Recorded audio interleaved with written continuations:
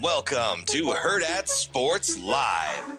Lob, Nwoko, and LSU strikes first. And it's early, but they're sitting here with a 35 net. They're in the tournament if it was going to be picked today. And there's Kugel with that three-point shot. He's really saved them here in the first half. And right to DeVries. Tucker DeVries, finally his first bucket. Carter had his eyes on a push. Numbers back to the Spartans.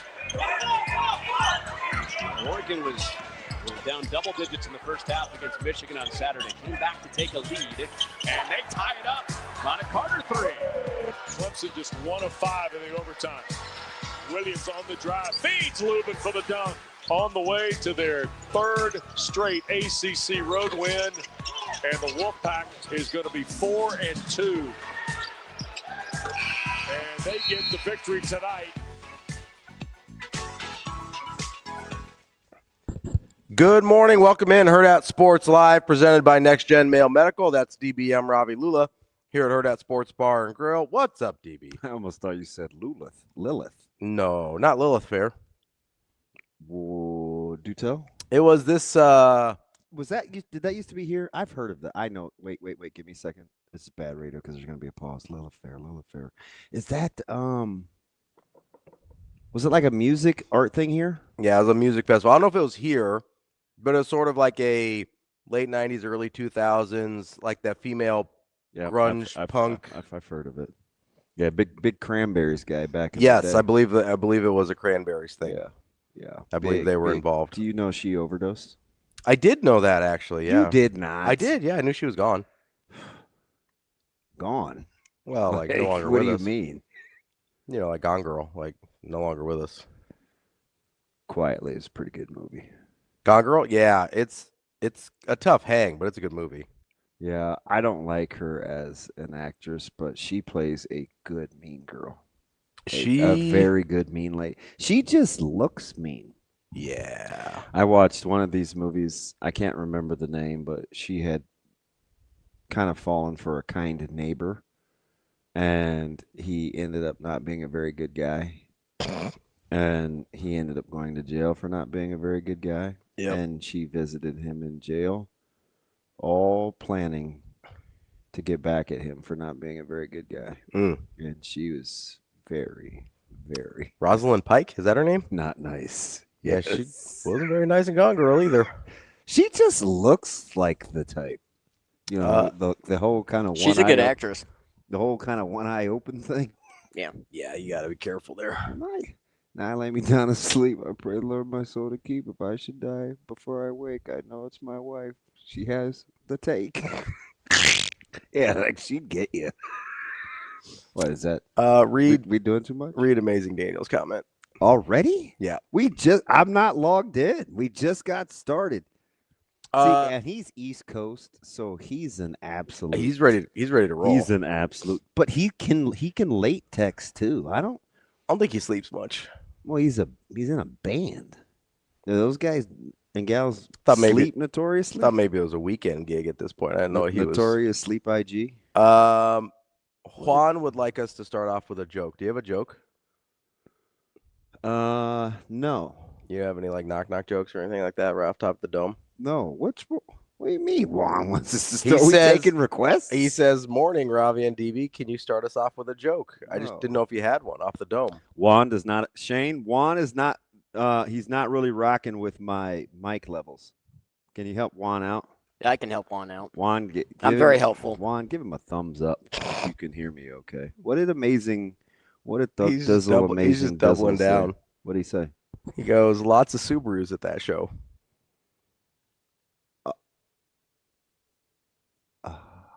He has no idea, does he? Probably not. No. I don't think anybody does. I drive a Subaru. Different kind, though. I think he's more talking about the hatchbacks. Although, we sure? It's early. Robbie? I think you share some common interests with fellow Subaru drivers. I do. Yeah, see? I do. Yeah. Yeah. Are you talking about super close to me? Oh, no. That's not what I meant. Okay. I just meant like you'd have common ground. We might have to take a break. I like my Subaru. No, it's nice. I drove it around. I drove it for a little bit. It was Yeah. nice. Yeah. It's Quality vehicle. It's very nice. Your boy in Kansas hooked you up. Yeah, so do you know I just got the paperwork? Yeah, you said that they you just they FedExed it. I don't know what like the hang up was. It happened so fast. Yeah. It was not a normal transaction. Yeah, you were kind of just like, send me a car. Yeah, and That'd be so they like hooked it up quickly, and I just got the paperwork. So now I can like officially, and they even gave me a return envelope to send the Well, that's nice. the signature back. That's nice. Yeah, my man Kite is a wizard. Yeah. Not the Stewie, like just like a wizard? No, just a regular wizard. Like a wizard? So, yeah, because I had the the 60. I had the dealer tags. Not like Austin's the wizard. Yeah, Different kind. Jernigan. I shouldn't even dime him out, but he is not very kind with me driving around with dealer tags. Oh yeah. Oh, he said a couple of inflammatory things. Come on, Jernigan, be nice. What? I was gonna go see Gibson wrestle yesterday at Westside, but of course that didn't come to fruition. Who? His son. Oh, Kellyanne says, "Good morning. Can you still call a Subaru a truck, though?" Oh, he must be old school. Oh, that's why I laughed. That's why I got distracted. That's an old Yeah. pull. That's a deep cut. I did figure it out finally. Yeah. Yeah, I just kept it simple. Like I just went with SUV after a while. Well, yeah, it's because what they are. I'm sorry. Was that not kind? Oh, easy, killer. Don't take the whole desk with you. That's my bad. It's fine. All right. Well, yeah, that's what they are. Dude, your delivery. That was probably sucks. a little Donkey Kong. big Donkey Kong guy. No, actually, I'm not. I don't really like any of those games except old games. Well, I like Asteroids. I like Defender. I liked Mario Kart. I was not a driving guy. Mario Kart was. I think big I did do Spy Hunter. with my generation. Mario Shane, Kart was were you a big. big Spy Hunter guy? I know the game, but I didn't have it. I'm so. not. So I think it's much like my life. I don't enjoy driving fast. I don't play any of the driving games. Driving games. I'm trying to. I haven't ridden with you that much, like in a car, so I don't know your driving habits. Oh, I'm sensational. Just ask me. I mean, I asked Sasha, and she had some feelings. But I got to where we were going. You sure did. Sure did. Well, I mean, the left lane is for passing. That I remember vividly.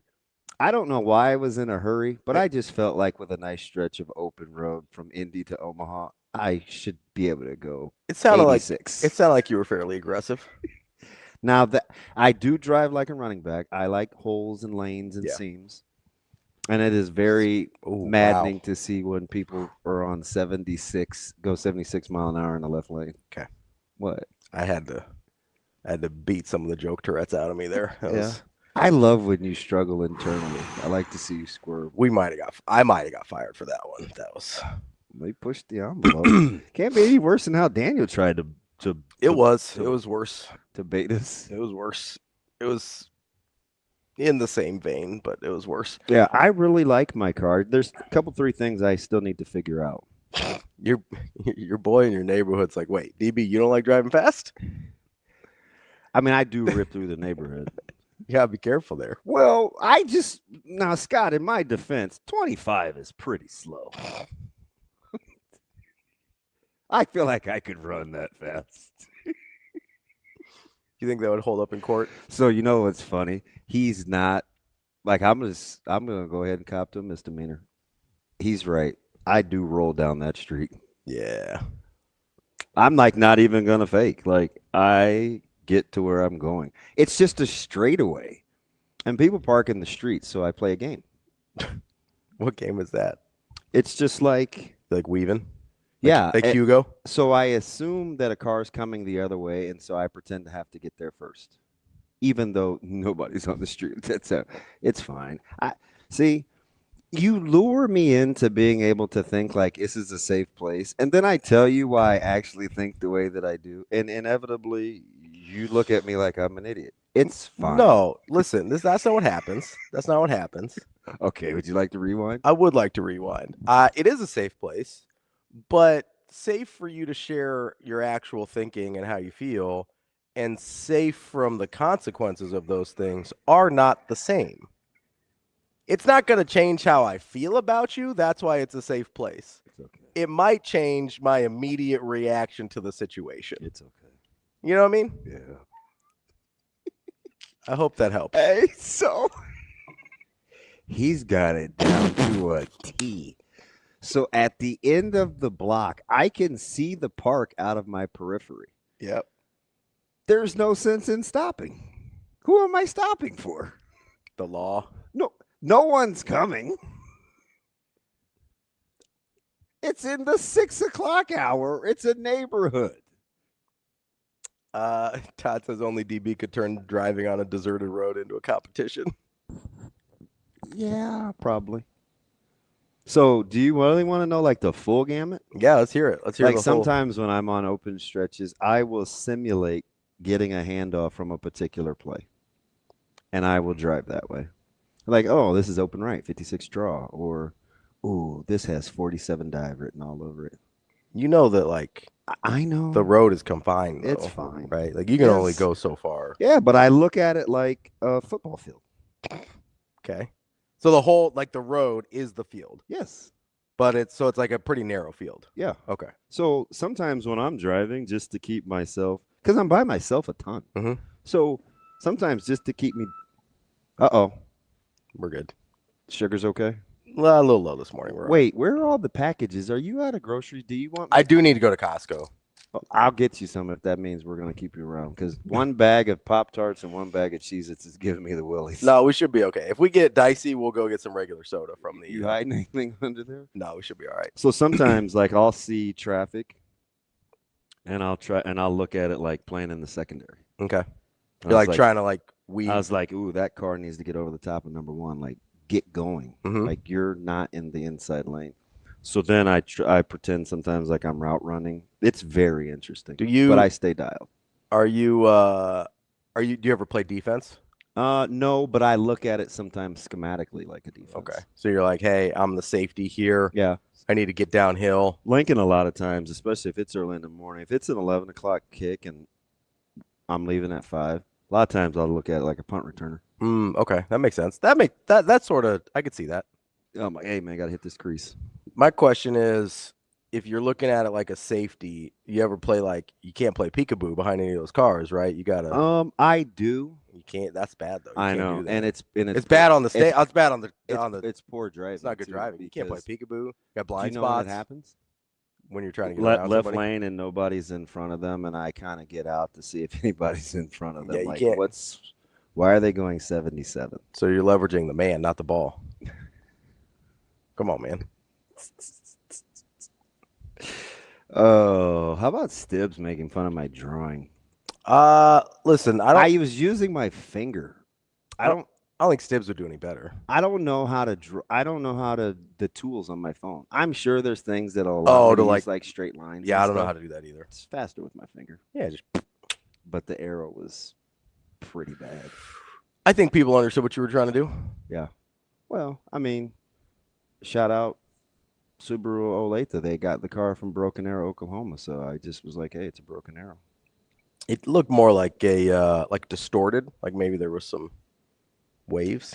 I used my index finger. I tried to use my pinky, but it wouldn't like pick up. It wouldn't do it.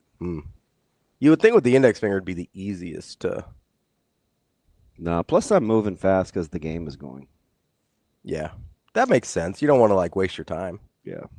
I'm glad I'm here for everybody's entertainment to just make fun of me. That's cool. I don't think anybody's making fun. No, not at all. I mean, the stream is like pretty. Most people are mortified that I use weird analogies to live my life. No, most people are stuck on the Subaru part of it all. First of all, Subaru, it's a highly rated safety vehicle. It is. Second of all, I didn't even really know what I was buying. Yeah, you kind of were just like, hey, I need something. Like you described your situation. Yeah. And you're like, help me out here. And he did. Yeah. And it's a very nice vehicle. Yeah, I did. I wasn't even around when they dropped it off. The guy waited for me. I was working a game in Lincoln. Also, you're right. Very high safety ratings. That will never happen, Dank. I am terrified. Oh, that's Stank. That's not Dank. That's Stank Nooner, not Dank. Oh, Coyote. he's back. Yeah, he's been gone for a minute. It threw me for a second. Wait a second. Yeah, Stank Nooner back in town. He's back. Like Eminem. Guess who's back? I might need to put my readers on for old Stank. That didn't even sound right. Wow. I don't know what that means, but he's actually back. He is back. Oh, that's nice. So, Ken, he's with me to read what he said. Shane, pipe in Ken. How about that? Says, when I have a long drive on the interstate, I feel like a jockey figuring out the best way to move past the car ahead of me and get to the finish line. Yeah, nothing wrong with that. Yeah, I could see the overlap there of jockey and driver. See, Ken, man after my own heart. I would not like stick your arm out the window to like whip your car or anything, but so do you think it's Shane? Should I? So I've always talked about this. I think there's places I can order them. Mm-hmm. I do want to buy a couple of 3 or 4 signs so I can just put on the windows when I pass people. Oh yeah, like what? So it would first and foremost, it would start with parking. Like I want to, like sometimes when I get out, I want to be like, nice selfish park job. Did you see my park job today? It's yeah. I watch it every day. It's pretty good day. Yeah, you tried to do that though. That took every That's about as good as you can do. I was saying I think that's my winner. That's as good as that's a one shotter. I didn't back up. I didn't do anything. That's not true. It was a one shot. I don't know if Shane saw me. That was a one shotter. Yeah, you're a horrible parker. I'm always in the lines. There was a dude at this 100% of the time place where you can buy and consume products. Mm-hmm. Over in the 96th and Q-ish area. Okay. Black truck, Iowa plates. Blank-blank 51. Horrible park job. Yeah. He was diagonal between diagonal lines. That's not great. I never do that. The vehicle looked like one in which, not to stereotype, it looked like it was driven by somebody that gives this many cares. Yeah. And clearly the park job would reiterate that. My favorite. And so he goes, oh, I got to go out the other side now. I said, stay right there. I'll park in a different spot. My favorite is when people, you know how somebody with like a really nice car sometimes will park basically in 2 spots because they don't want anybody to ding it. My favorite is when somebody clearly thinks they have a nice car, but I look at it and I was like, that's kind of a piece of garbage. Well, you know my philosophy on like pull ahead guys and that park over the line with the intent of being pull forward guys or gals. I don't see too many women do it. I follow a guy on TikTok that has an aneurysm when people back into parking spots. Yeah. He's a big who hurt you guy. I'm like, I think I backed into parking spots before. I have before. It's not a common practice for me. I understand it in certain situations. Yeah. But I always park backwards. The only place that I back into, and I do it every single time, is at Nebraska home games. Sure, because you're getting out quick. No. I need to be able to see. So the media lot, there's never, I mean, I'm there. You're early. Before anybody. Yeah. So it's not like I'm jockeying for spots. But I back in so I can pull out post game. Yeah. How about backing out from your parking stall? I want to be able to see. Pardon? How about backing out from your parking stall into another parking stall on the other side? Yeah, I thought of you yesterday. That's a little much with there. Zoe, Shane. Can I? I'm gonna say this out loud, and I apologize to the guy that I shot the death stare to. I apologize. He was with they look like twins, so I don't want to assume it was his wife. But sometimes the longer you're married to somebody, the more they look like you. Have you ever heard that? I haven't. Yeah, Natasha would never look like you. I'm just saying. I hope not. So he was a middle down the road walker, and they were holding hands. So it was an inordinate amount of width. Do you understand what I'm talking? Like he was walking down the middle of the parking lot. That's a little aggressive, yeah. And I'm like, wait a minute. So we're doing like a double wide situation here. Yeah, so there's no getting around them. No. Yeah. Now, I did think of Shane because Shane said, hey, do you know why I walk in the middle sometimes? I'm short. I'm worried that people backing out can't see me. Mm-hmm. And I was like, okay, that's cool. I wouldn't want to smoke you either coming out of the parking lot. But when I'm driving to park, like you shouldn't walk down the middle of the if you're just the grocery aisle. Mm-hmm. You know what I'm talking about? 100%, yeah. It's terrible. It's like people that jog on the streets when they're sidewalks, and they're like more towards the middle quarter of the street than they are the sidewalk. Yeah, I need you to hug that curb, baby. What we're doing. It's not about you. Also, like if you're in the street and there's no sidewalk, I totally understand. If there's a sidewalk, get on the sidewalk. What are we doing? Yeah, it's actually deterred me from taking a street close to West Side because there are no sidewalks. Oh, in that neighborhood? Oh, and it is notorious for joggers. And the streets are terrible. It's annoying. It's like a war zone up in there. Yeah. I don't have to worry about living there because I think they start at about 5 1/4. It's a nice neighborhood. Which is weird because the homes aren't new. No, some of them are pretty nice, though. Yeah, the guy on the top of the hill that redid that one. Yeah. It's super contemporary. Yeah. There's a lot of mid-century moderns in there. You big mid-century modern guy? I'm sure that has a meaning. Let me just figure it out, right? So, older home that has been renovated, or is it built new with old flair? So it's an older home. They haven't always been renovated, but it's a very particular style that came around like 50s, 60s, kind of post-war, like post-World War II. Big historian guy? I think you underestimate how many houses in Omaha that I've looked at. Yeah, you went through a stretch are you still in the market? Always in the market. Yeah, you have to be careful because I look at them sometimes and I inevitably always get a text that says, hey, are you still interested in buying? And I'm like, how do you know? Oh, yeah. No, we have a realtor that we have a very good understanding with about what we're looking for and what the situation is. So she doesn't. I'm just not to go all Shane on you. Oh, I think you sort of know. You went to school with her. You have a what? A realtor. I don't know if that's how you're supposed to say it or not. How many syllables are in that word? It looks like it should be 2, but realtor sounds dumb to me, so I throw a little extra in there. Shane, who's the guy that There's nothing wrong with throwing a little bit extra in there. Who's the guy that we talked to yesterday at 8 o'clock? Kevin. What's his last name? KK? I don't think it's pronounced like that. Realtor. I understand that's not how it's spelled. Gives me Kugler vibes. It's like how some people say nuclear. What's like nuclear? Yeah. Like there's no extra syllable in there? The closest I'll get to that is probably athlete. Sometimes I'll say athlete. That's what it always reminds me of when I do it because I didn't say. I still said TH. Yeah, you're not going full Isaiah Thomas on me. Athlete? No? I'm not. Okay. I'm not. But that's, yes. Realtor sounds dumb to me. Speaking of which, the other one, Junior. Are you excited tonight when Washington comes to town? Always. Did you like that segue of Isaiah Thomas? We've got, different Isaiah Thomas. Yeah, it's a little Isaiah. No, he was still nice. He was nice. I'm an ass. I can't even hear TK saying that with a straight face. I really can't. But no, yeah, we've got a realtor that knows kind of what the deal is, and we hit a lot of open houses. Did I go to school with her in high school or college? College. Really? That's odd. I don't know if I took all educational classes. It might have been one of my general studies. I don't know that you had class with her. She was an athlete, though. Really? Yeah. Arguably the best basketball player in Nebraska women's history. Oh, KJ? Yeah. Yeah. Oh, yeah. She's super confident, too. How do you like that? Oh, she's the best. We love her. Yeah, we love her. She's the best. She didn't play. Yeah.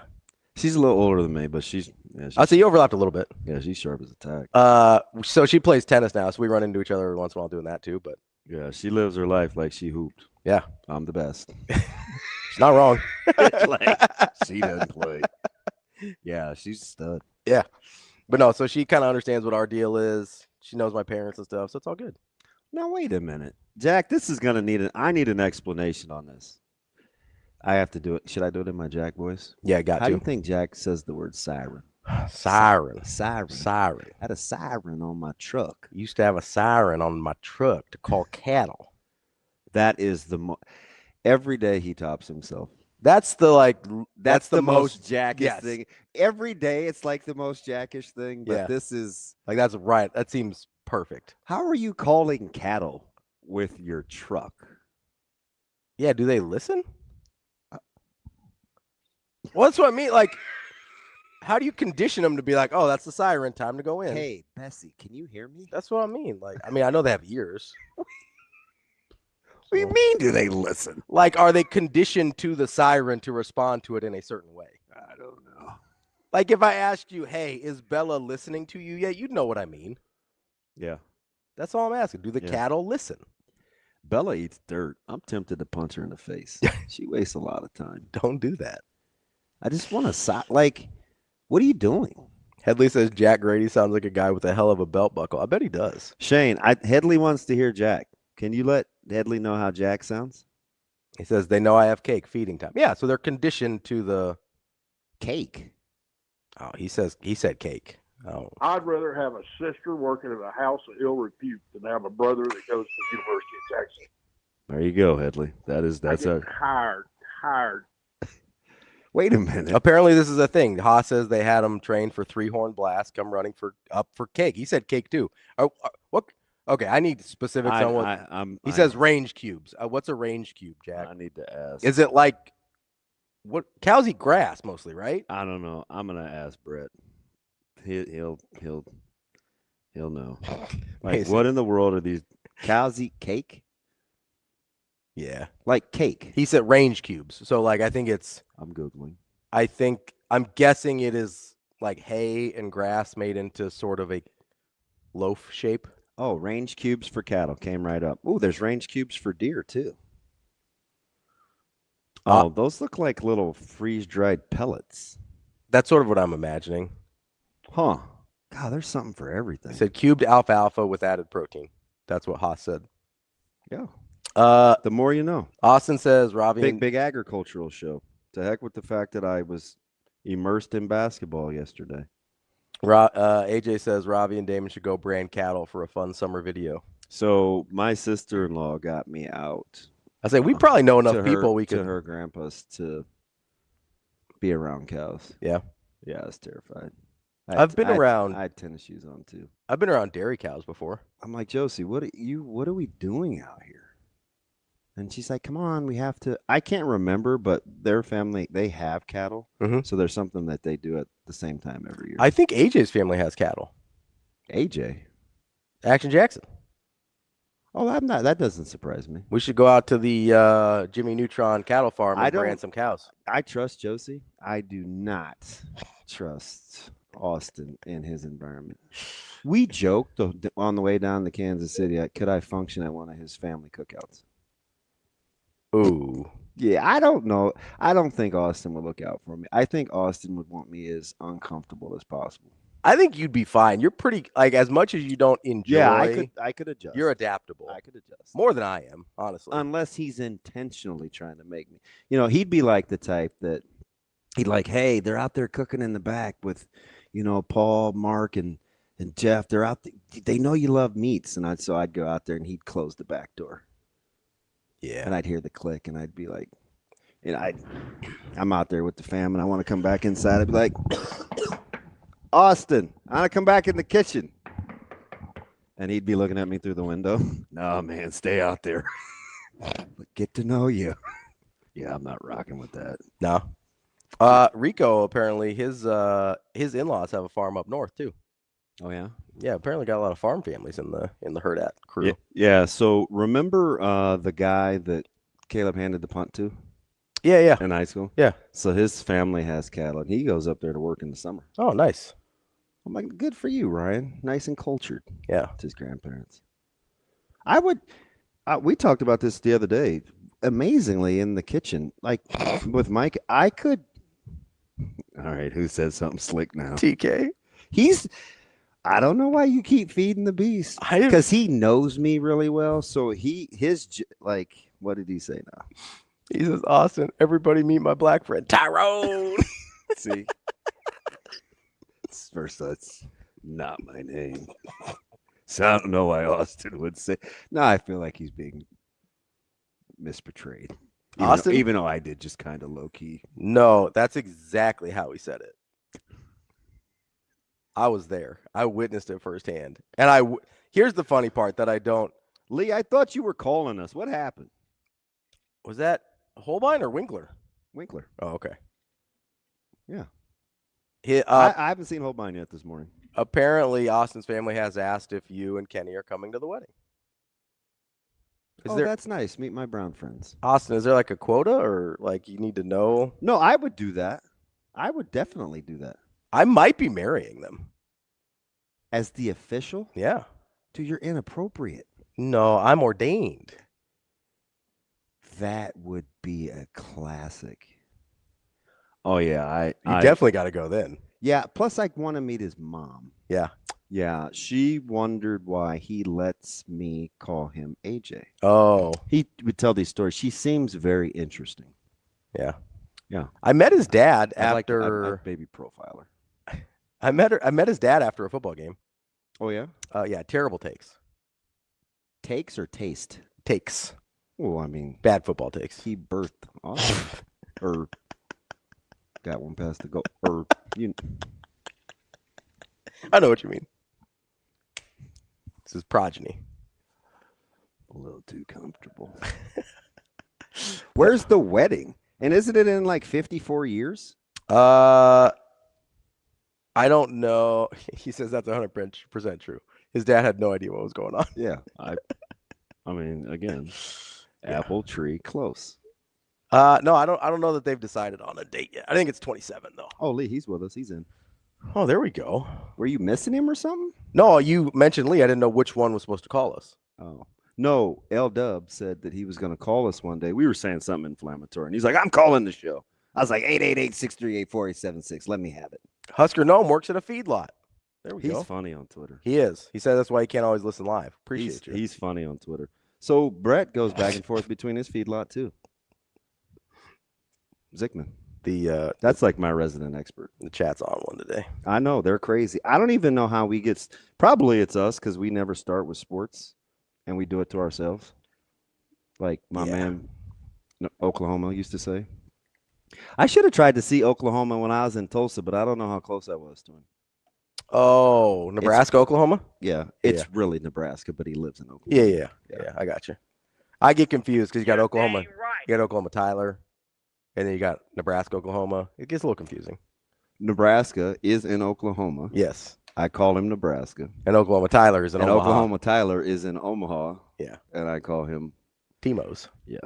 I talked to him last couple of days. I need to text him. I've talked to him in a minute. Yeah. So it's his grandson's birthday. No, wait, nice. Is it this Sunday or last Sunday? It's this Sunday. Yeah. No, it's last Sunday. Brooks, yeah. Shout out, Jada. Shout out. So it's Jada and Kobe? What's the other? There's another one, isn't there? Trey. Trey. I know Trey. Yeah. Yeah.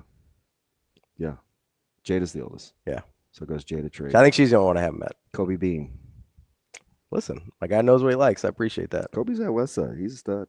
Well, Trey was at Westside too, wasn't he? No, he went from Millard South to Platte View. Oh, that's right. That's right. With Milliken. Oh, so somebody transferred out of Millard South. Interesting. Can I just say something? What's up? And I'm gonna leave this right here. For all the hand wringing and consternation over freedom of movement, your school may have taken the cake. So we're just gonna leave that right here. What did I say? What did I say in the fall? I don't know. You said lots. I did say lots. One of the things I said was, yeah, I want Millard North to act like Millard South. Go get the best players. Stop letting this happen to you. Well, asking you shall receive. That's 100% what I want. Like, I'm mad because we're losing, not because of how it happened. Yeah. I don't care how it happens. If they can do it, you can do it. Go get the better players. Hey, can I land the plane real quick before I get to some of these hot sports takes? Yeah. What's up? AJ, where's the wedding? It's like 2 years out, right? I think it's 27, so it's like a year and a half now. Okay. I think it's like a full 2 years from the engagement. That's a long time for me to not like him. Omaha or Lincoln? Oh, perfect. And I notoriously have traveled far. Yeah. Tracy Chapman. I know. I thought you were going to do fast car. Far. Speaking of speaking of driving fast, you've got a fast car. Yeah? Yeah. We're talking about speeding. Yep. Right? Speeding. That's what I thought you were going to say. Yeah. Thought you were talking about racing games. Night Driver. Mario Kart. Mario Kart. Spy Hunter. Speaking of which, I shouldn't do that. I have got to stop. Coming up on the show today, we've got Brian CHRISTOPHERSON, Husker 24/7. Thank the Lord. We got Kevin Suits, 1011 News in What Lincoln. Up, Girth? And we've got it's just a funny phrase out of context. No, man, I like Barry. Barry said something nice the other day. You should cut that, Shane. Why would you encourage him? Because you just go, "What up, Girth?" And it was funny. All right. And then we got Matt DeMARINIS. I've been to Ogallala. I almost died in Ogallala, at TK. 9 o'clock. You almost died in Ogallala. 100%. How'd that happen? I was with Holbein.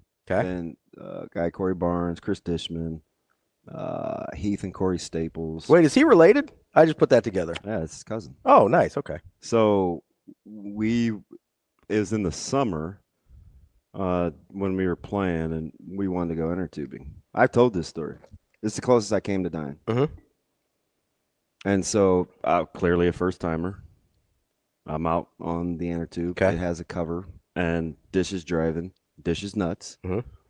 And he gets this thing whipping, and I'm on my stomach, and I'm like, hey. My man was like, took this turn, and I rolled across the water. And I thought both my shoulders were broken. Ooh. Tore the cover off the inner tube. I was like, yep, that'll do her. Mm. I mean, your boy was hurt. Yeah. This isn't like picking up Derek Brooks on a blitz. This isn't like a dude telling me he wants my liver to bleed. It's not like breaking my finger at the bottom of a pile against a dirty Missouri player. I thought, this is the most I've ever been hurt. Oof. I thought both my shoulders were broken. I laid a little bit under the water. Yeah. And everybody like kind of panicking swam over, dog paddled over there, and I was like, I'm good. I'm good. I'm okay. Yeah, we were at the lake at Ogallala. Well, that doesn't sound like a lot of fun at all. First time, last time. I would say, I bet you haven't been on inner tube since then. Nah, I'm way good. Not about that life. No, way good on that one.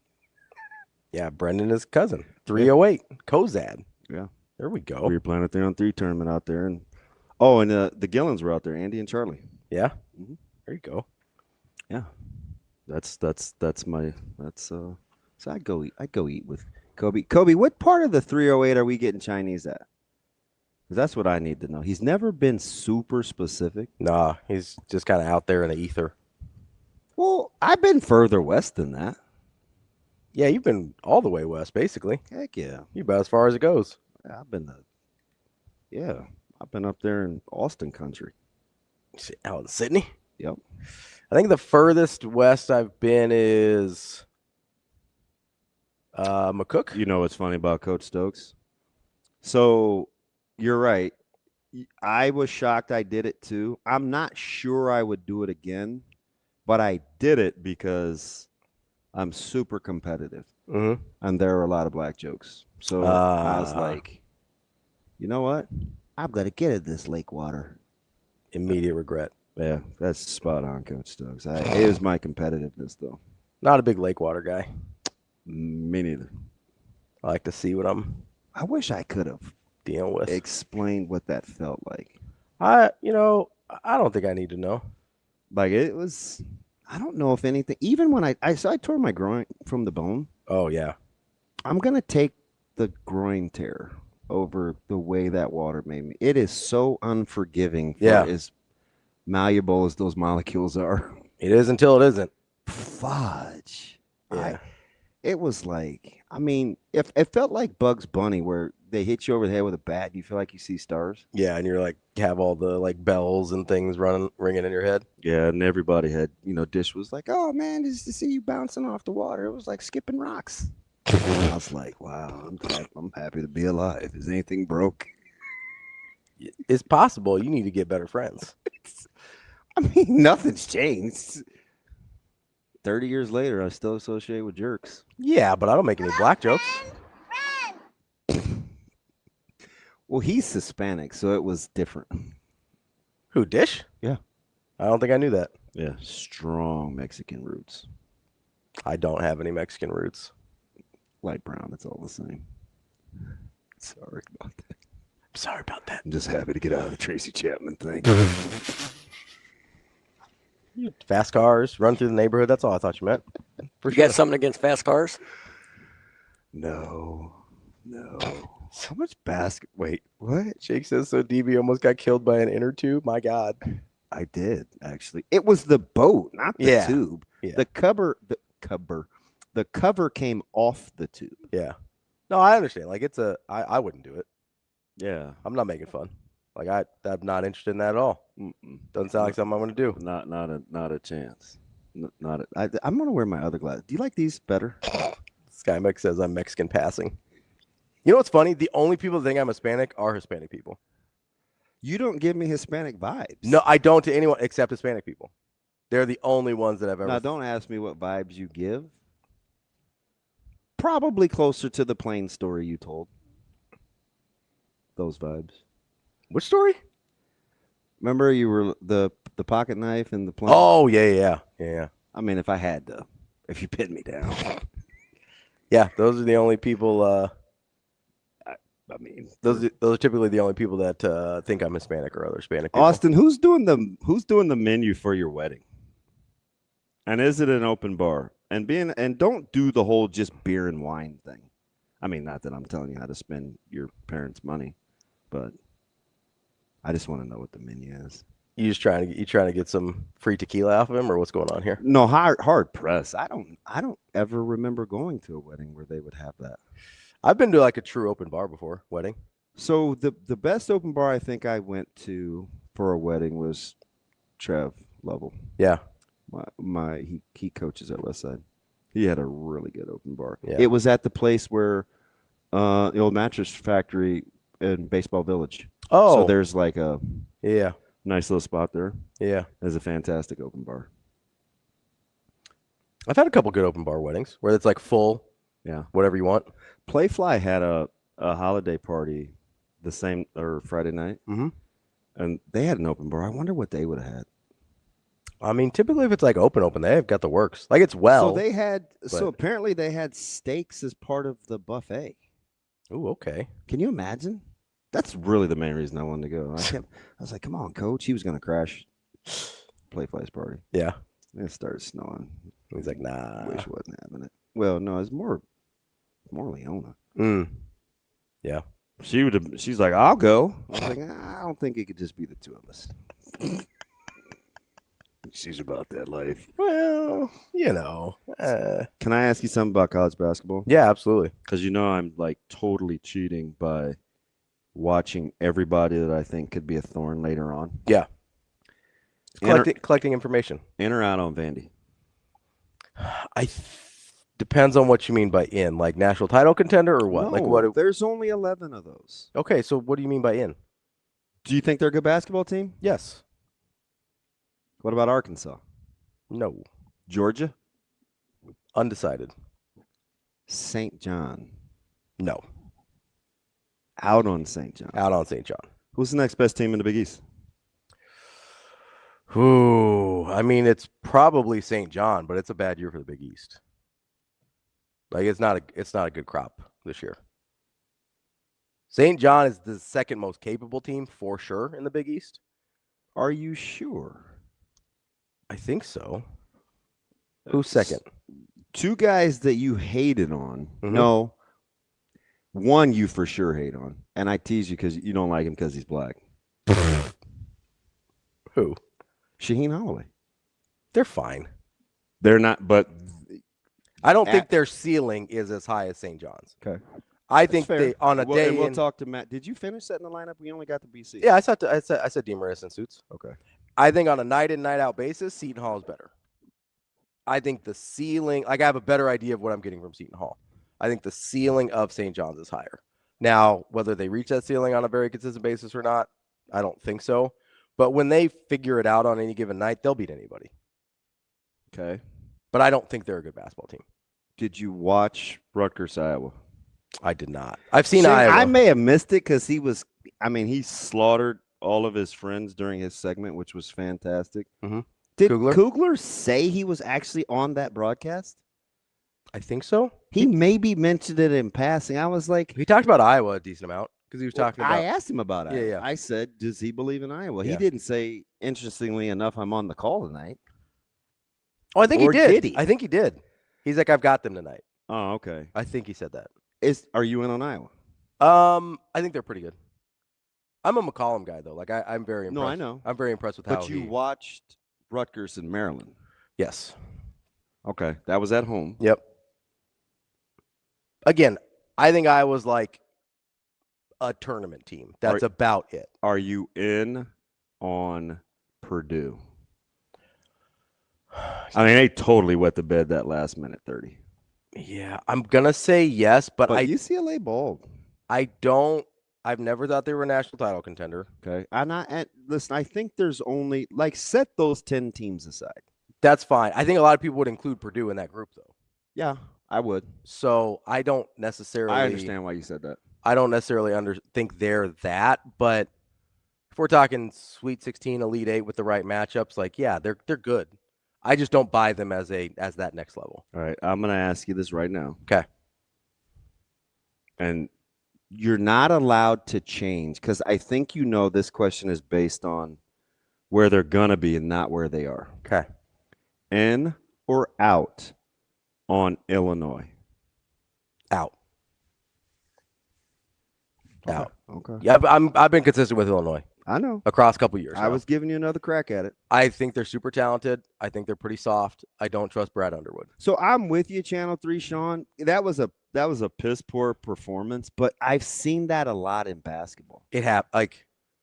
I'm not gonna take the Stanford team that I watched play North Carolina got beat by $2 trillion against Duke. Mm-hmm. And if you would have just watched Stanford Duke, you think that's a terrible basketball team? You'd think Stanford was awful. And you probably think Duke's better than they are. Yeah, Duke is extremely flawed, but they're so skilled. In on Duke? Not for national title, but you got to be in on them for a national title. I don't think so. They're not in the 10? I mean, talent-wise, yeah, but I just don't.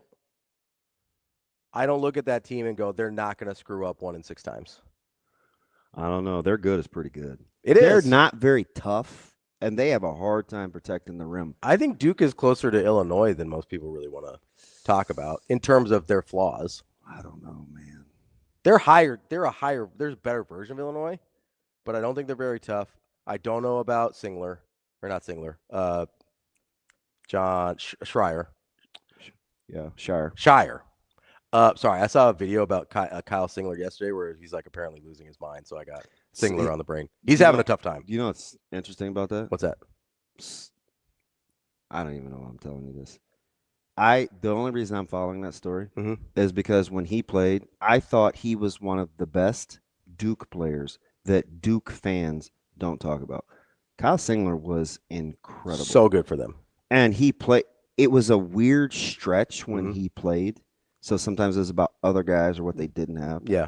But it's super interesting. Yeah, he's in a bad way right now, it seems like.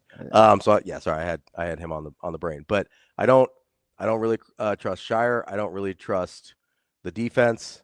I don't necessarily believe in the consistency of what they're going to look like on a night-to-night. Can I ask you about Illinois Independent of Boswell? The injury? Yeah, that's fine. I mean, obviously that changes some things for me, but it doesn't change that much because the things that I don't like about them still exist. Okay.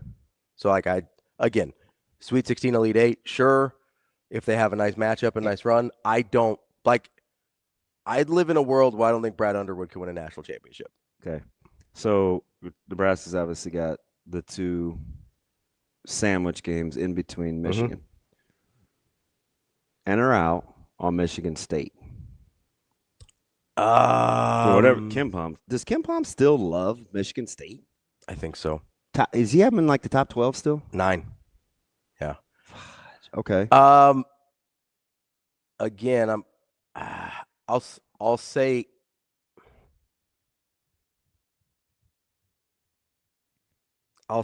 in, but I don't feel good about it.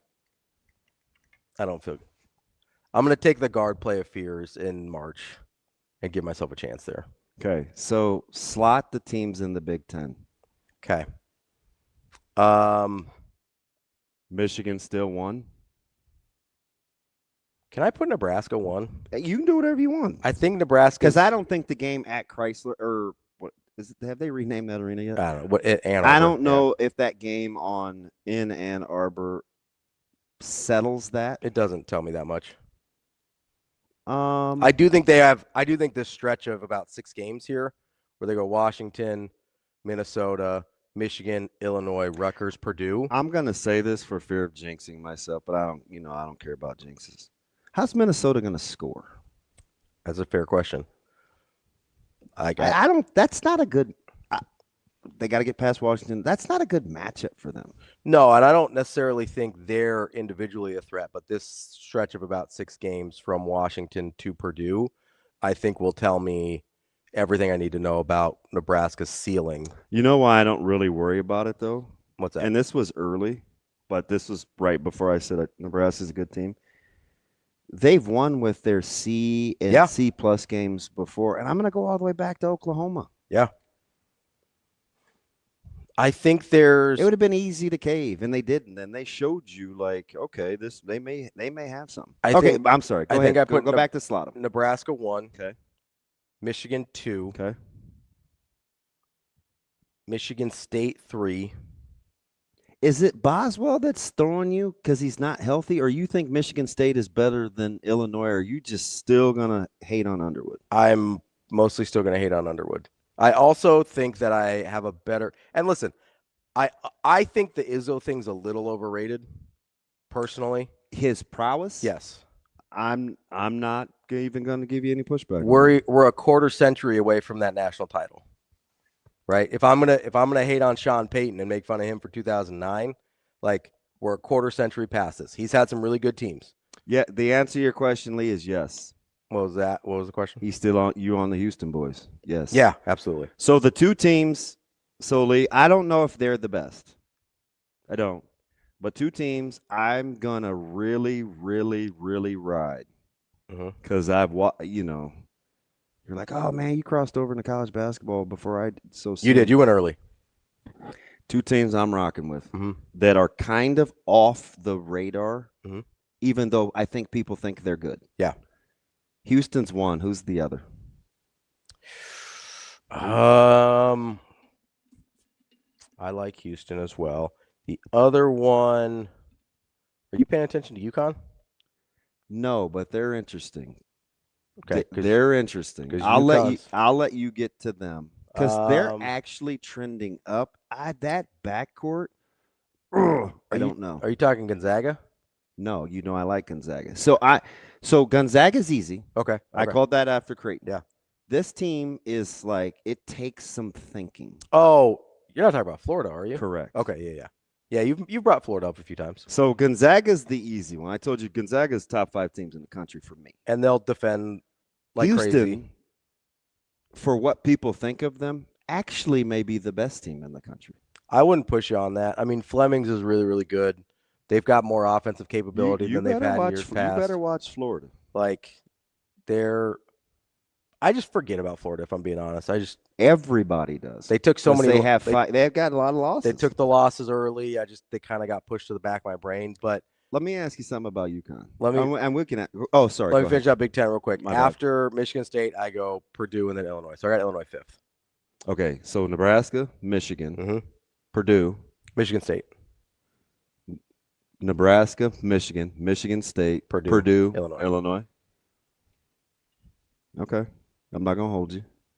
The reason I switched Purdue and Michigan State is I think Michigan State could win a national title. I don't buy Purdue. I know what I'm getting ready to say. We may save this for DeMARINIS. Okay. With a Hurley coach team, is UConn tough enough? Not yet. They might get there. I mean, could you? This isn't signature Hurley UConn toughness this year. It would not surprise me at all if it was like Arizona and Houston. And I get it, two teams notorious for not being able to get over the hump. Like I struggle with Arizona. I really God, do. the way they play, man, they are so skilled and physical. I'm giving way too much credit to past Arizona teams. I understand that, it's hard mental. It's the same thing I do with Purdue. It's hard mentally for me to get past what I think about them historically. Now, can I call Barry BG without you? Is that fine? Yeah, you're good. What did I say the first time? You don't have to say it out loud. What did I say? He said, "What up, Girth?" Oh, yeah. It's not ideal. I was still enamored by him saying something nice the other day. Fair. He's like, "You ask such thoughtful questions." I was like, "Most men don't use thoughtful," but thank you. I appreciate that. So now I'm rocking with the BG. BG. That would have been even worse. Anyway, go ahead. Are they like their toughness is interesting? UConn? Yeah. We should talk about DeMARINIS about that because I don't look at this. Because I watched. I'm trying to envision them playing against like Gonzaga and that long, strong front line. And Gonzaga looks more like a UConn team than UConn does. Gonzaga gives me Arizona vibes. Yeah. I think I'm not giving Arizona enough credit for who they are this year as opposed to who they usually are. You want to chuckle because it seems to be contrarian. What's that?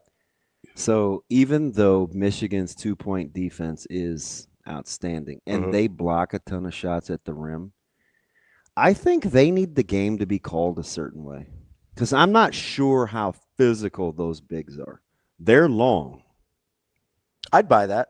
They're long, but I mean, I would buy that. Now, BYU's interesting. You guys, the chat loves BYU, right? So I'm not overstating that. You, young Padawan, Jacob, and I think Maddie that's fair. Like BYU. I think that's fair, yeah. So I like BYU in the sense that I look at them and I go, that's a team that is constructed in a way that I've seen win national championships before. They're just long and skilled. They're long and skilled, and they got a guy that can take a game. DeBonsa can take the game over with and without the ball in his hands. So that is without DeBonsa, or if DeBonsa is even Peterson level.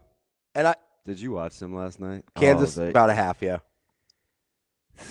I have zero clue who Kansas is. Can I say I get the scoring prowess. I'm not enamored with Peterson. So can I ask yeah. Is it because his game isn't it's still a little too athletic-y looking? It's not as skill forward as I would like it to be. So yes. Yeah. You make it sound like I don't like good athletes. That's not the case. You sound like social media. That's not I'm saying exactly what I'm asking. Do you make it sound, people? Are wild. So here's I feel like I'm at home. No, the question that I asked is the one that I want to know the answer to. Here's the problem. Is at home there's not 10,000 people listening that could misinterpret your question. So sometimes I'll reframe it because even if I know what you mean, they may not. God, I hate you though. I know. It's fine. We'll make it. So, yeah, I get it. It's a little too I like a little more. I like a little more skill forward, a little prettier, a little smoother game. I also I can't remember which game it was for DeBonsa, but he took over a game in every facet when BYU needed him to win. And I don't know that Peterson's He's gotten better too. I still don't know if he's the best freshman though. Boozer? It's hard for me to say that because I'm trying to see Boozer's game translate. Because you weren't enamored with him. Offensively. Yeah, but he's better offensively than I thought. Especially how they're using him with like pick and pops and stuff. The difference between Boozer and DeBonsa for me, which I think are much closer than. And I'm not sure it's those two either. Than DeBonsa and Peterson. I watched a guy last night play for a coach that hates offense, and he's still really, really good. Who? Acuff Jr. Oh, yeah. He doesn't hate offense. He just doesn't want to coach it. He is that dude can get to just about any spot on the floor. What I liked about DeBonsa versus Peterson is there's probably 10 freshmen. I don't think Peterson can put his fingerprints on a game in as many ways as DeBonsa can. Peterson's better than AJ. Do you remember how this conversation started after the exhibition? Yeah. On the group chat? Almost to a man. Mm-hmm. You guys were like, you felt like his athletic prowess was a little underwhelming. At the time, Fact yes. or fiction? No, that's true. Okay. Because I don't want to put words in anybody's I think mouth. he's a better basketball player than I thought, though. Even if his athletic prowess was a little overstated. That's fair. And it was early, too, with the hot takes. Yeah. So I think, like, after there was a couple games where I saw him legit just take over, and I was like, oh. Like I just don't – I don't know. Is there a world where the draft comes out and you take DeBonce over Peterson? I'm not talking about draft. I'm talking about NCAA tournament. I think you've got a better chance with DeBonce leading you to an NCAA title than you do with Peterson. Or, frankly, even with Boozer, because he doesn't have the ball in his hands as much. That's what I'm talking about. Draft is a different conversation that we can have. All right. So from cow cakes to NCAA hoops. Now we got to get to BC. To our man B Sizzle, who inevitably will say something funny. Let's take a quick break here. That's DB. I'm Ravi Lulla. It's Hurrdat Sports Live. Hey, he's one of our most important players because of everything he brings to the table. He quarterbacks our defense from that position. Obviously, he's become a much better facilitator this year as the season has gone on, and then he scores the ball in a lot of different ways, and he's doing it kind of with one arm. So, he hasn't missed much practice time as a result, and I'm just really proud of the way that he's competed and has put us in a position to have chances to be successful. Yeah, I mean they need a little time off after Wednesday, so we'll take Thursday, Friday off, and then get back at it on Saturday. But it's an opportunity to work on ourselves, and we were able to do that on Sunday as well this week. Generally, you don't get many of those opportunities this time of year, so we needed that, and we'll take advantage of it again on Saturday of next week.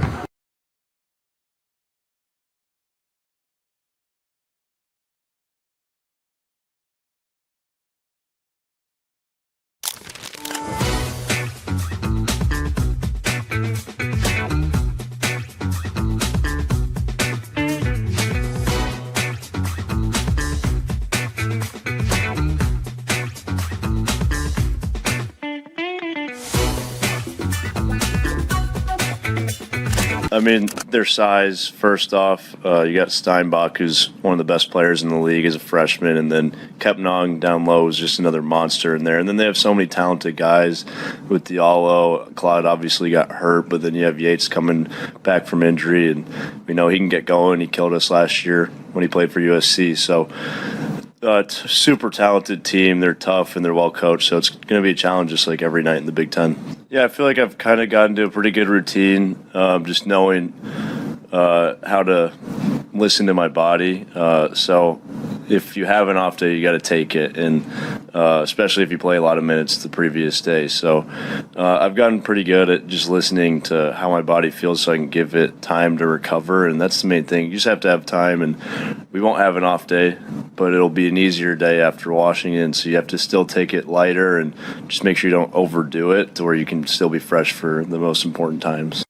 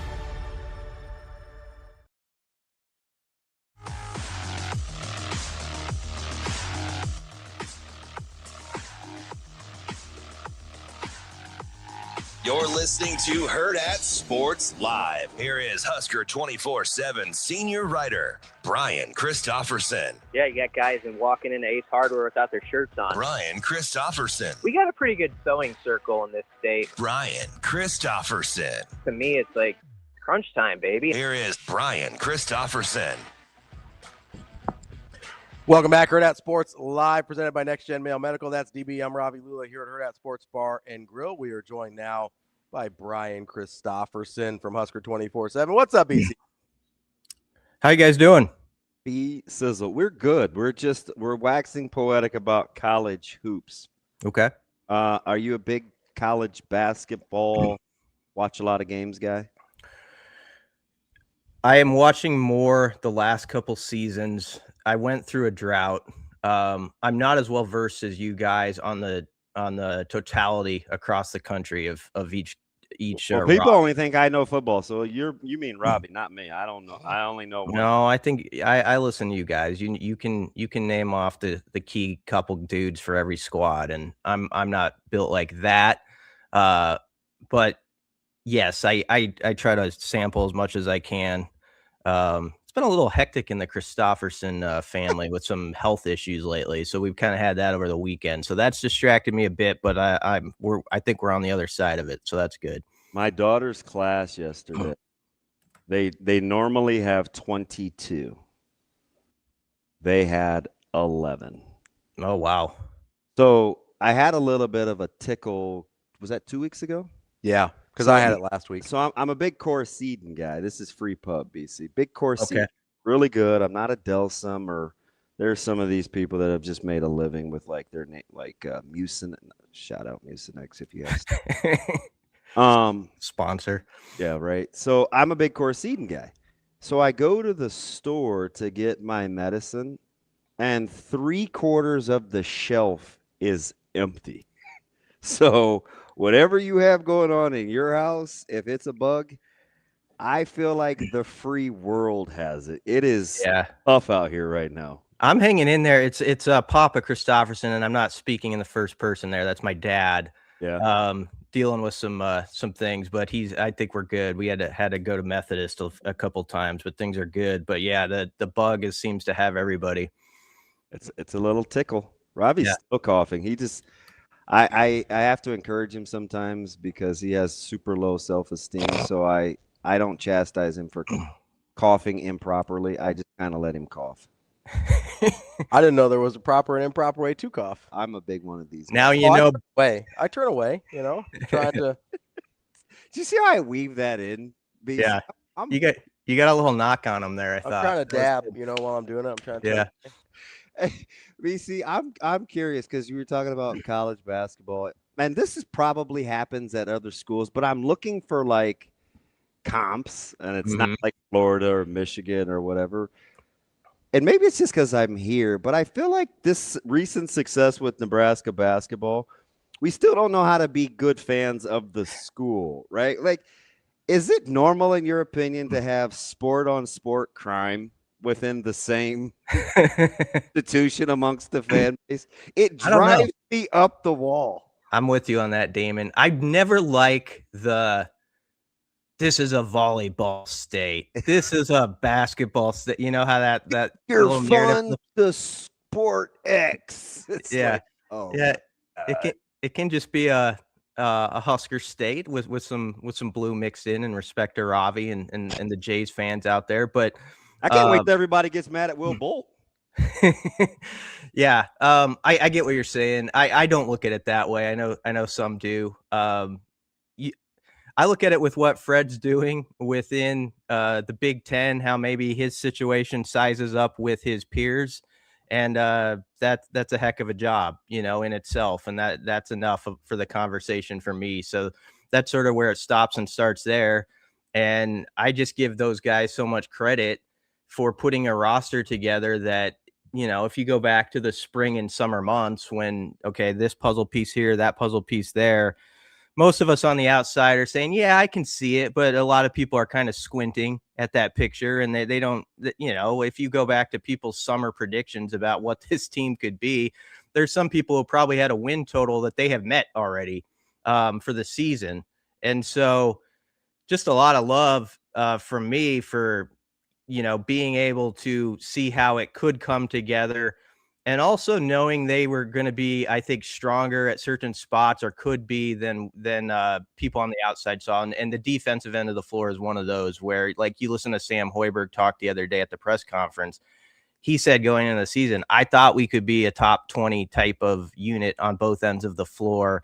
It wasn't just going to be, a behind the arc team that has to outscore everybody 92 to 88 sort of thing. And I think some people maybe had that vision of this roster. They kind of doubted the athleticism and what that would mean on the defensive end. But you're just seeing an experienced group on that side of the floor that knows how to play 5-as-1, I think, as well as anybody in the country right now.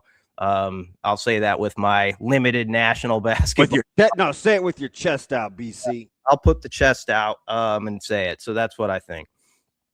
BC, when you're looking at how the roster was constructed and what we thought over the summer versus now, I'm going to give you a couple options on what the biggest difference was in predictions versus reality. Okay. Number one, we had no idea how good Braden Frager was. Number two, Rink Mast came back as someone entirely different than the Rink Mast that we had seen previously. And I mean that in a good way. Mm-hmm. Number three, Jamarcus Lawrence is better after his sojourn to Rhode Island than I like that word. than he was when he first came to Nebraska. Out of those three, are you taking one of those three, or are you taking something else entirely? No, I could take I think I could take Frager on that one, because if you think about even the last couple of weeks, just having the extra that he brings, that finishing. I mean, think about the Ohio State game, for instance. I mean, that got a little murky there in the last minute or two. And, they designed something for the freshman, and he creates and gets the and one. Actually had 2 and 1 buckets in the last few minutes of that game. Then you think about how he closed out Indiana. Obviously, a run was in place that had a lot to do with other guys around him too. But, he had 11 points, I think, in the last 6 minutes or whatever it was. So I guess if I had to pick one, I'll say him and single him out, just because I think it's a remarkable growth example in a player who's just put in the time, first in the gym, last in the gym. Not cliche with him, absolutely true. And it's showing in the games. And to see where he went from his high school senior year, where I was sort of like, oh, that's interesting. He's kind of a flyer type player. And now, like, okay, he's legit, like a guy you want to turn to and you can trust to get you a bucket when you need a bucket. So I'll say him. But when you ask the question, the real answer is that you could point to 5 things, and of those 5 things, every one of them you would say Nebraska maximized or has maximized so far. So that's one example. Jamarcus is one example. Like Price Sanford, I know Damon's been beating this drum that he was definitely more than a stand around shooter, and he knew that going in, and he's proven that. You think about like Sam Hoiberg. I think everybody appreciated Sam, but they didn't see it to this level. So it is like in all of the above circle, as boring as that answer is, of like 5 things all coming together at the same time. When you're talking about kind of the rest of the conference, I was watching, Purdue on the road at UCLA, and, they had no answers for Dent. And obviously Iowa struggled a little bit at home with Rutgers. I didn't take too much away from that. Michigan play. I'm just watching and trying to gauge the conference. Are you looking at Nebraska now with their achievements, considering they're a pretty good basketball team, as a standalone, or do you still look at them in relation to the rest of the conference? I'm starting to look at the conference as a whole. I don't want to get into the conference chase just yet. Okay. But maybe that's stupid, because that's that is sort of living in the past. Like Nebraska isn't fit to be in that conversation. Like you think at Michigan State, they're not thinking about the conference chase since the first game. I mean, that's where they are right now. They're atop the league standings, And so to your question, I think that's where in the last couple of weeks, maybe the last week, I've started to watch those other games and sort of look at their schedules and be like, how can Nebraska navigate? I know Ravi mentioned it earlier, like this stretch through February 10th, sort of, where you get to Purdue, like what do you need to do to be in that conversation to have a shot to win the league? And I don't want to overstate it at this point. They can't within their walls. The thing that I rest in is that they've proven to be so good at just putting up their walls to whatever pats on the back or whatever Nick Saban rat poison is being fed to them. Other coaches are saying that now. Have you Yeah, that? it like became a thing in the last few months. Rat poison? Yeah. That's like that's become its own deal. Well, I'll try to stay away from that from now on then. But they're yeah, I think they are so mature about staying clear of that. But yes, to me, and I think some fans now, you're starting to look at this thing like, okay, this could be a race like pretty soon, and it's about time you start to think about those conversations. But this next week and a half, I think, is gonna help us whether we want to jump fully into that lane or not. So BC, as you're kind of looking at this next stretch, have you? I don't know how to ask this without sounding like a downer. Have you kind of came up with a record in your head over the next 6 games? You say, hey, if they navigate it to this record or better, I feel really good about this stretch. Yeah, let's see. Okay, so you're talking Washington, at Minnesota, at Michigan, Illinois, at Rutgers, Purdue. Yep. I would say, I don't know, if they come out of that thing 4-2. I'm not trying to put a ceiling on them, but if they were 4 out of 6 there, by the time you looked at the standings, and then when you look at what the rest of the schedule is like, it sets up all right for Nebraska. Like now they do have 2 games still on the back end against Iowa, and I think Iowa, Nebraska is just going to be a blow for blow. I think both those games are going to be hotly contested. That's just the way those 2 squads play each other. I don't think there's going to be any love loss in those games. And so I expect those to be dogfights in both gyms. But yeah, 4-2, give me that over the next 6 games, and I'd nod my head and say, all right, we're looking completely at the standings right now and in this race and what it how Nebraska's a lead dog in it. And still looking at potentially a number 1 overall seed at 4-2, you feel like? I would have to think so. If you consider that teams that are involved, I mean, this is a stretch now where you're playing Michigan, Illinois.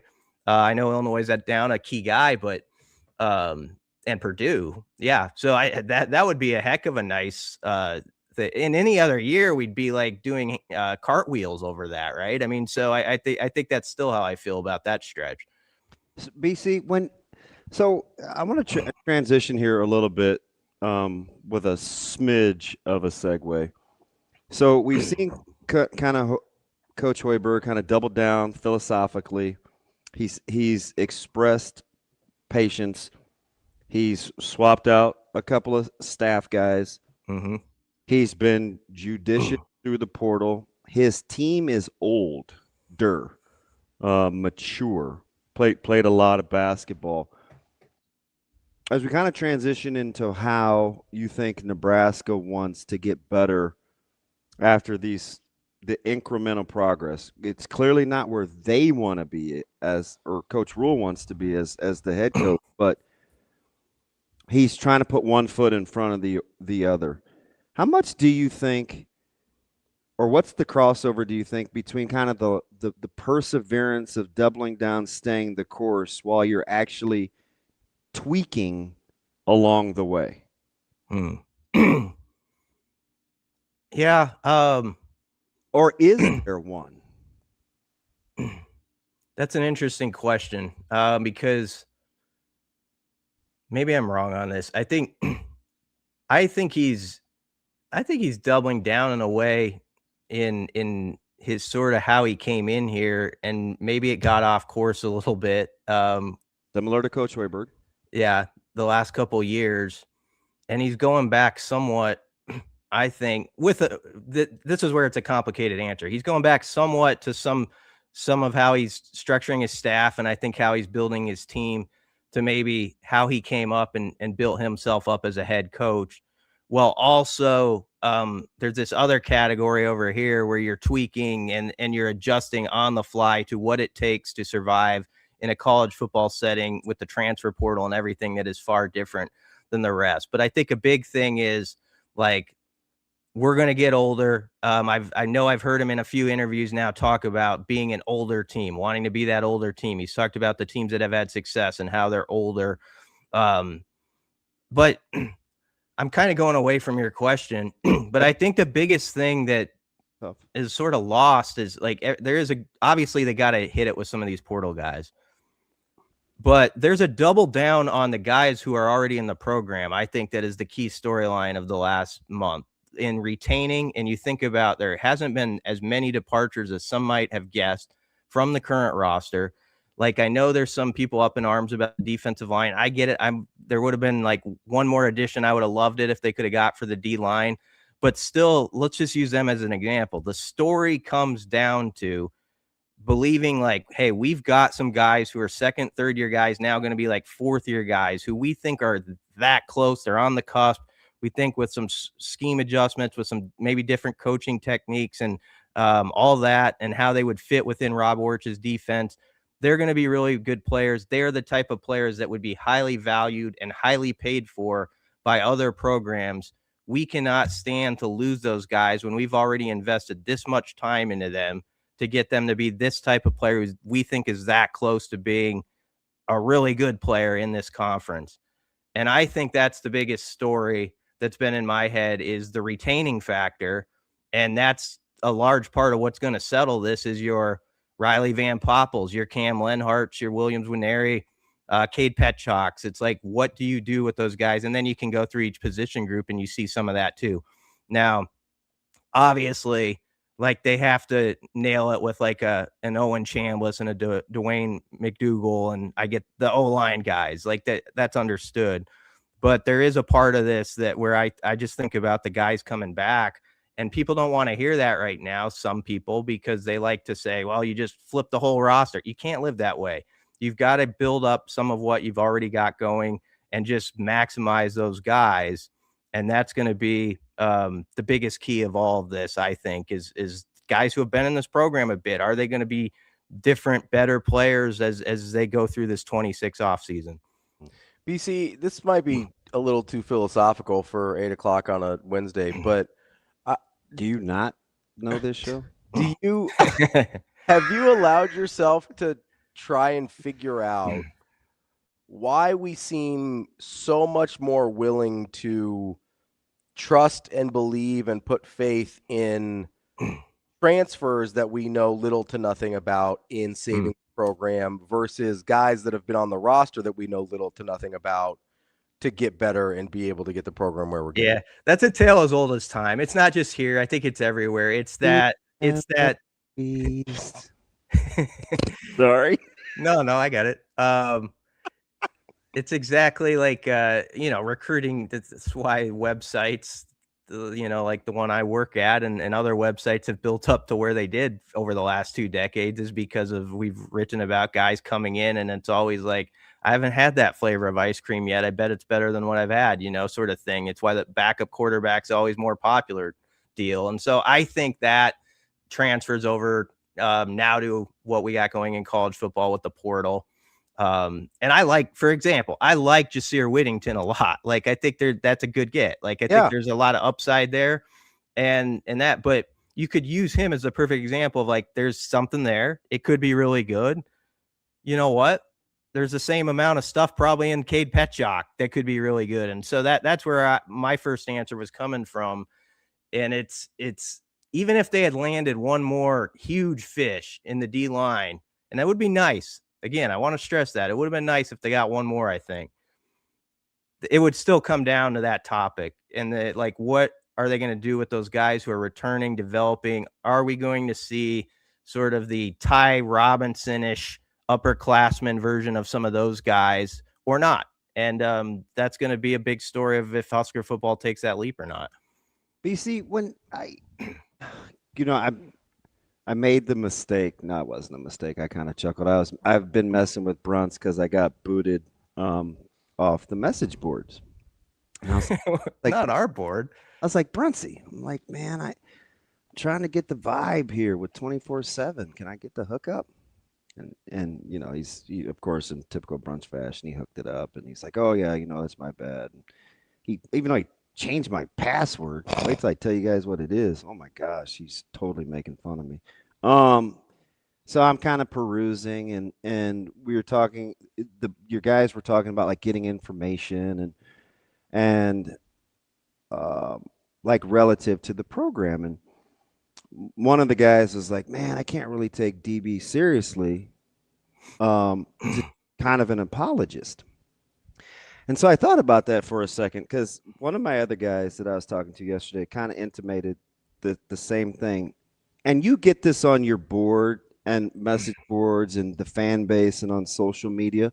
What do you think the disconnect is, or is there one between wanting information or rational or reasons why things happen versus information that doesn't necessarily jive with how people, when they want you to think like they do?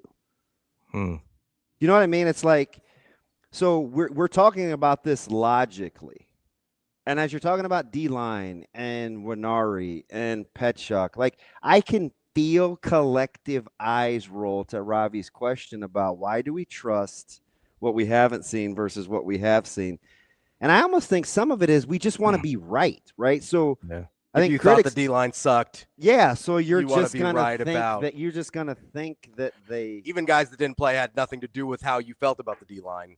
Like Malcolm Simpson and Tyson Terry. Like, do you think at the end of the day that we really want to get it right more than we want to be right? I think most people do. And this is why I say that, Damon. I think there's an outspoken group of the fan base, and everybody's got different ways of expressing themselves that sort of are always sort of like it's not going to work out. There's sort of that pessimistic, and I get it, because it's been a long time. There's sort of this buildup of feeling like, hey, at certain spots, guys just haven't developed as much as we thought they would. And what I'm talking about is somewhat pre-rule too. It's just guys who they thought were going to be such and such a player didn't work out to that. So they're to the point where they're like, they've kind of got in that lane where it's just not going to happen. That doesn't happen here. And I do think, though, there's a large segment of the fan base that isn't as loud sometimes, that still has hope and still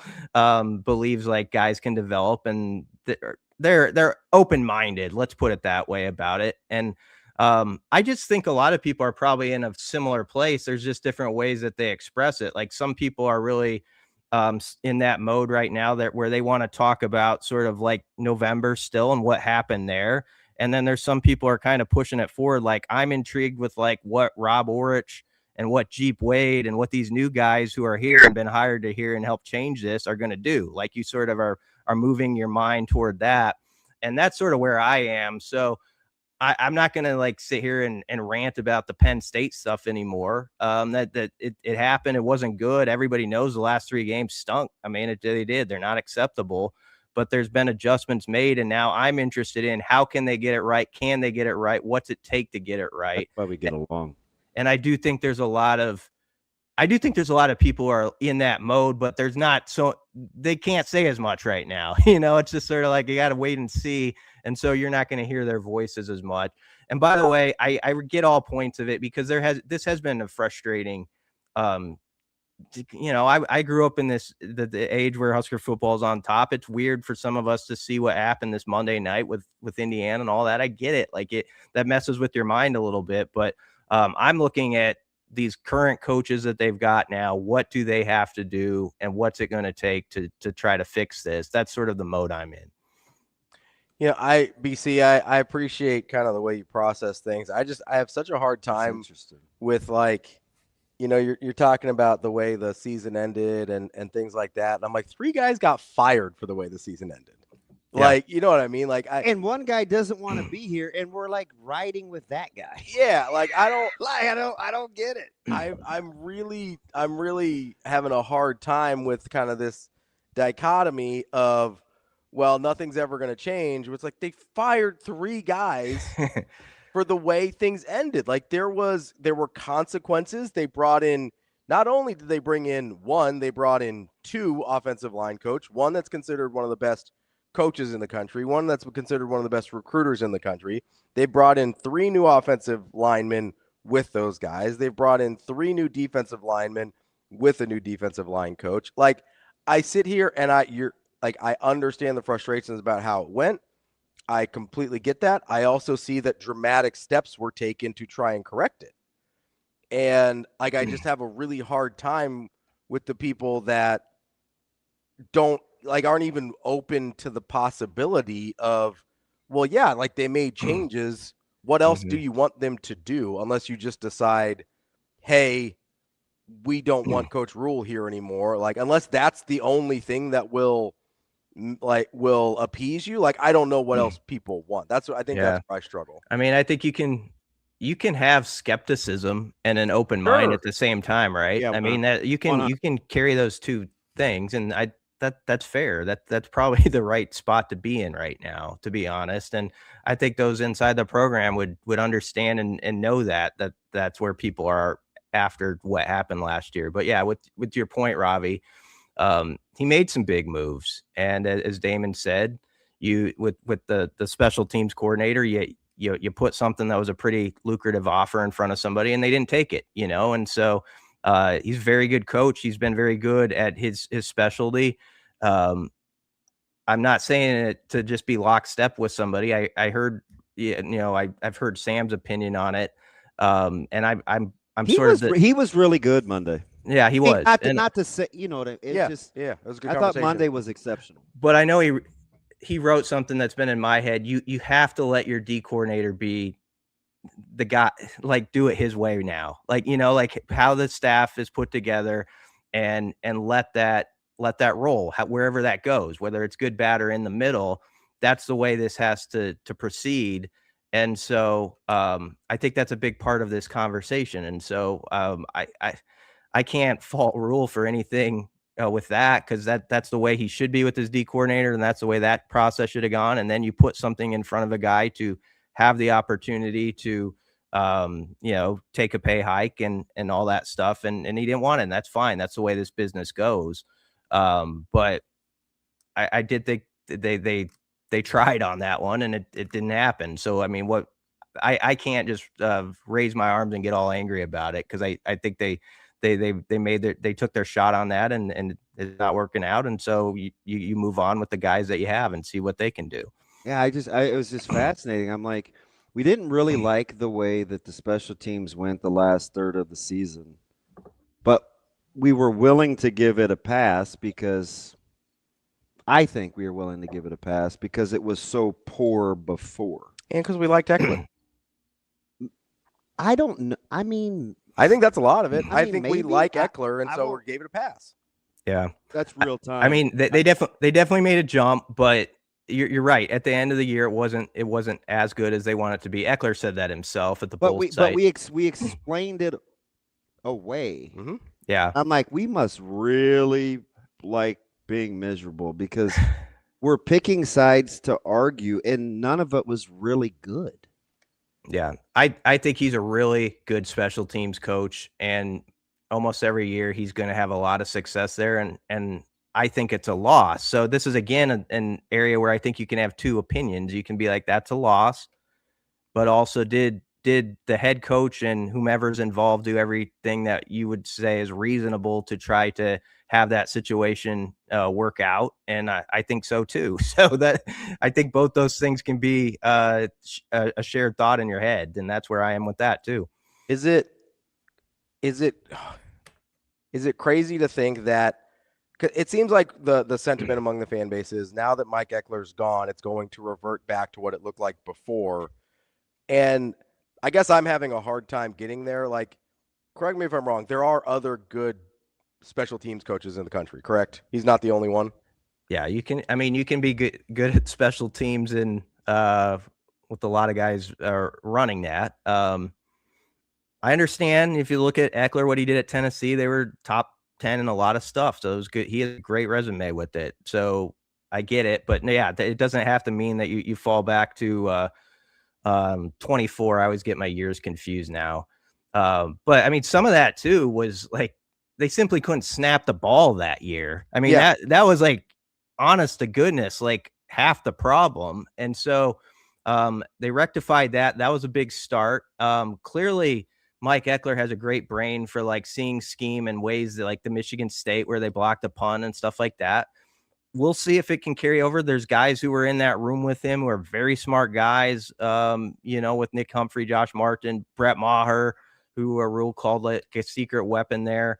They've been processing that, and we'll see what they do with it. It sounds like they're going to stay in-house with that and, carry the same system and believe those guys have they've read the textbook and they can build off of it. And so whether that's going to happen or not, I'm not going to proclaim that right now, but I would understand if they do stay in-house why they're doing it. I think that's a fair move too, is you think you've got a system and guys smart enough to process it and now teach that to guys going forward. And that's what they're going to proceed with, it looks like.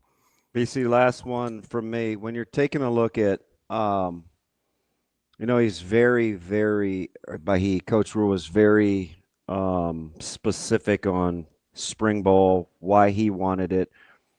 And what caught my eye or ear was, I remember when he took the break and wanting to get the 8 weeks of winter conditioning before, because he's clearly philosophically that it's changed, right? Between how he wanted to break up spring ball and the full 8 weeks of winter conditioning.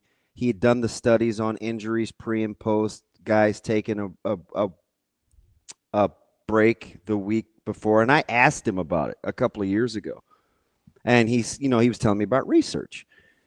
So one of the things that I was encouraged by is he's constantly at least assessing or self-assessing what to do differently, right? Before it was, hey, they need these 8 weeks of winter conditioning. I want to build the foundation this way with the muscle mass and then, to tear down and then to do the spring ball. He's kind of recalibrating how he wants to do it. Now we want to continue with the development. We want all these guys that are in here early playing football to do more football. We want it earlier so we can critique it and tweak it on the back end. To me, that shows, and maybe this is just the glass half full, to me that shows a guy that was pretty resolute one way with the data in one regard is now willing to look at the information now that he's here, given what he's currently got on his roster, and be willing to look at it another way. Yeah. That goes back to one of the questions we were talking about earlier. I do think like there is that double down sort of, and maybe the coaches around you and sort of that part, but there's definitely some serious tweaks going on, more so than tweaks probably, with how you want to do things, how your calendar sets up. And that's been something that you would have to say, like when you were a player like Tom Osborne, that made him part of his greatness was like the willingness to look around also, I think, and see what other people were doing, like I know they would study like Florida State's and Miami's defense and even go visit them and stuff like that back in those days. And so I think when I heard Rule like late fall say, hey, I told Corey Campbell, like, let's look everywhere. What are people doing? How do we want to do it? You don't just steal ideas necessarily, but maybe in some cases you do. And you use that information and you make changes like this. And I think it makes a lot of sense. I like the fact that, there is always those one or two unfortunate injuries that can pop up in the spring. It gives guys a little more time to recover there. I like the fact that these portal guys just got here, and the mat drills is one thing, but to get them actually on the grass on like February 21st with their new teammates and sort of just build that early into the year, I think it would seem to me, as a pencil neck scribe looking in from the outside, that would don't even use pencils anymore. Nonetheless, pencil neck. And you would say like that makes sense to me. Like I would want to get out there and actually work on the craft that I'm here to do with my new teammates. The sooner the better. And so it all computes. And also look at it this way. In the summer, you can get more time with your guys now than you used to be able to. And so I think with that in mind, it makes all the sense in the world to actually start spring earlier, knowing that you have that on the back end sort of as a runway into fall camp. So I have no question marks about that decision. That seems like a pretty common sense one for our current landscape in football. I just like it because it's going to be cold and miserable. And it's going to be going head to head spring ball coverage with Nebraska's run of the Final Four. So there's like we got that combination, which we're not used to. Well, I'm sure they'll adjust the time to make sure they don't overlap with It's the like, Elite oh man, my buddy tweeted out something. He's just, I mean, he's being snarky about the conflict of the Elite Eight. But I'm like, is it the mayor?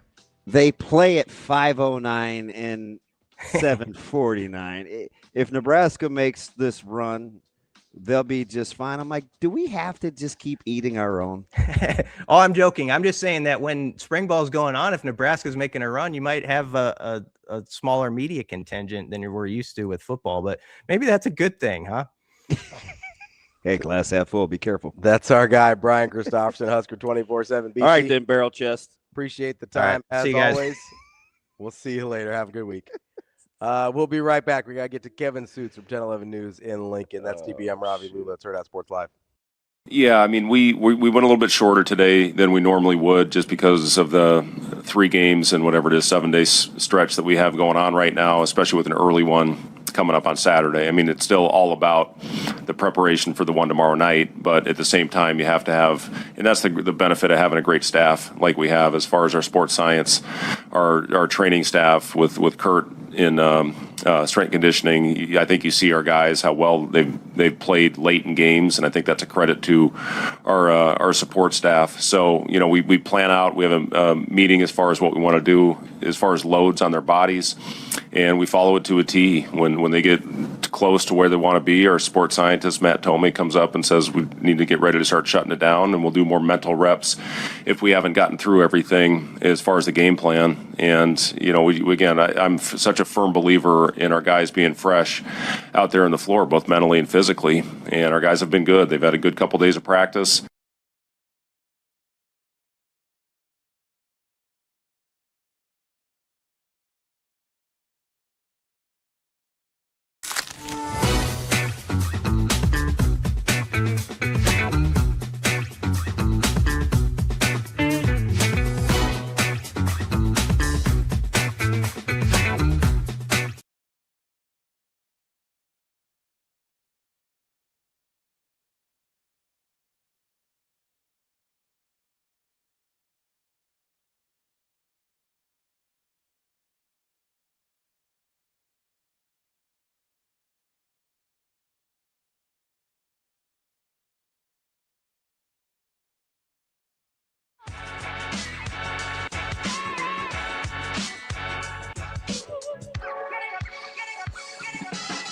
You're listening to Hurrdat Sports Live.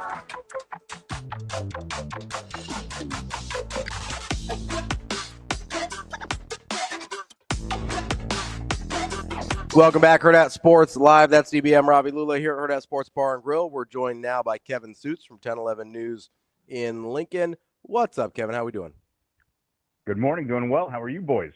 Kevin, we are good, man. You got we busy little beaver there locally, man. Hoops is rolling. Top 8 teams in Lincoln with hoops again are rolling. I mean, you divvying up your time, or you a little overwhelmed at the moment? No, this is usually catch your breath season right here. January. I guess relatively speaking, you're right. Yeah. You know, people always ask us TV folk, you know, that do sports here, whether it's in Omaha, Lincoln, Central Nebraska, like when do you guys get a day off, right? Ha ha, that's the cute grocery store joke. And the answer is January, July. And right now, January is like no time off time because, you know, every day you pull up the basketball lineup, and whether it's the Nebraska men, the Nebraska women, and some of the high school basketball in Lincoln and the greater Lincoln area this year has been outstanding, and it's been fun. And I was even looking yesterday at, the NSAA PowerPoints and who might be hosting a district. Right now, there could be 3, possibly 4 districts in the capital city in Class A. And it's going to be, I would not be surprised. As of right now, on January 21st, I would not be surprised if there are 4 Lincoln teams in the Class A field at the state tournament come March. Well, I think right now Southwest and North Star have 2 of the first 4 of the 8 A through 1 seedings, right? Or is it 3 of the 4? I haven't, because I think Prep right now would have. So I think it's Prep in Bellevue West. I think North Star and Southwest make 2 of the top 4, because West Side right now would be A5. That's pretty impressive. Yeah, I'm pretty confident in that holding true. Don't know that I looked at it ever since maybe Sunday morning. Southwest is number 1. I would assume that North Star, after beating Kearney last night, probably 3 or 4. Yep. Lincoln High right now, shout out Lynx. They've got 10 wins. They're a fun team to watch. They play above the rim. So they'll catch your eye if you're looking for just a team to watch in the capital city and don't want to deal with those sellout crowds and turning people away at Southwest and Southeast. Go to Lincoln High. That's a good team. And, Southeast, they've spent some time in the top 10 so far this year. They've got a nice squad. Right now, I think they'd probably be a District 2 seed, but that's a team that I have my eye on. And I think that they have a run or a shot to make a run and qualify for the state tournament. Different class, still in Lincoln. I was watching Coolman and Kittrell and some of these guys, Lincoln Lutheran and Ashland Greenwood, Friday night. Got a tour of Lincoln Lutheran's the I heard all about this, BB. Oh, my goodness. Kevin, is that one of the best kept secrets going? Like, that facility is going to be pretty sweet. Well, first I'll say that my boy was there at the game on, was it Friday night? And, he saw you across the way. Matt Rule's in the house. Oh, baby. If you want to make a splash in Lincoln, go to a Class C school, and everybody's going to be taking snaps. He was chomping at the bit to see Kittrell, so I was like, I'm in. Well, not just Kittrell. If you wanted to just go see a good ball club play in the capital city last Friday, Ashland Greenwood is good. They're undefeated. They're the favorite in C1. But back to your question about can I say this real quick? Yeah, go for me. So, Coach Wishon, he drove, and he loves evaluating talent. He was in love with Tonjes. It was all Coach Rule could do to not say anything to Kuhlman. I was like, hey, my guy's got him locked up at SDSU. Let's relax on that. He's like, but they're constantly always assessing. They don't go to games just for the sake of watching basketball. It's always about how many good change of direction athletes there are in the gym. It was fascinating to watch it real time. Yeah, that's the exact opposite of Fred Hoiberg. When his boys were playing at Pius, Fred would go 3 rows from the top, and he wouldn't even clap when his boy hit a big bucket. Fred's just there watching hoops, and he's just hoping that his boys play well, And I watched him watch London Dada a couple of weeks ago. He never moved. We would put the camera on Fred just in the crowd sometimes, like, hey, there's Nebraska's head coach. Yeah, by the way, his boys are playing. But it was the most, it might as well have been a still photo because he doesn't move, doesn't have any reaction. But that's funny that Coach Rule and you guys are always looking at, the athletes on the court. And, back to your original point about Lincoln Lutheran. It is a low-key fun place to watch not just a basketball game, but, of course, volleyball and wrestling. And, I was looking at all the state banners. It's like 2020, 2021, 2022, 2023, 2024. I was like, Kevin, what do you know about volleyball at Lincoln Lutheran, huh? I'm glad you guys said it because I was going to if you didn't, the numbers it's year after year. And, it's fun. It is a great place to watch a game. Hopefully you guys hit up the concession stands. Usually the food's pretty good there. $20 never went so far like it does at Lincoln Lutheran. I told Weeding, man, you guys need more markup. I feel like this is pretty efficient spending. No, see, that's the deal. We want to keep it affordable and let you have dinner at the concession stand and not let you go home and have to hit up the Runza down the street. But yeah, And in addition to the gym, there's a new facility being built. It's supposed to open here within the next month or two. Yeah, and it looked pretty. It looked really, really nice. The weight room setup. You guys have zero gravity treadmills, which I mean that's pretty big time. You got 60 yards of turf. There's new weights. I'm like, this is pretty impressive. It's long overdue. The facility they have, it's a satellite building. It's just shared by so many different teams and so many different athletes. And even in the summer when wrestlers want to come in there and train, they have to check to find out who's lifting and what other team might be doing some sort of session in there. And there's even some youth teams that want to, they have pull-out cages, baseball, and they want to hit. So just having more space with a growing enrollment is much needed. It was a huge endeavor in terms of raising the funds for it, and it's cool to see that happening. Man, they've been doing some major construction over there, and it's coming together quickly, and it's going to be such a blessing for the student athletes at Lincoln Lutheran that are going to be able to use that space here for many years to come. Kev, how long have you been covering? How long have you been at 10-11? We hit 20 years this past summer. So. Okay. Seen some things. So that's what I thought. I thought you were getting pretty close to 20, so I wanted to make sure. In terms of boys basketball at the prep level, is this the best you've seen it at the city across multiple teams? My initial reaction is yes. If I would rewind and try to think of what would challenge this, would be maybe when Matt Hill was playing at Lincoln High, or at Lincoln Southeast, excuse me. Matt Hill was playing. Andrew Bridger was a guard at Lincoln Northeast, and he played with Wendell Faines. If these are some names that maybe bring Bridger you back ended in up time. in Omaha. Northeast, he did. Northeast had some great teams.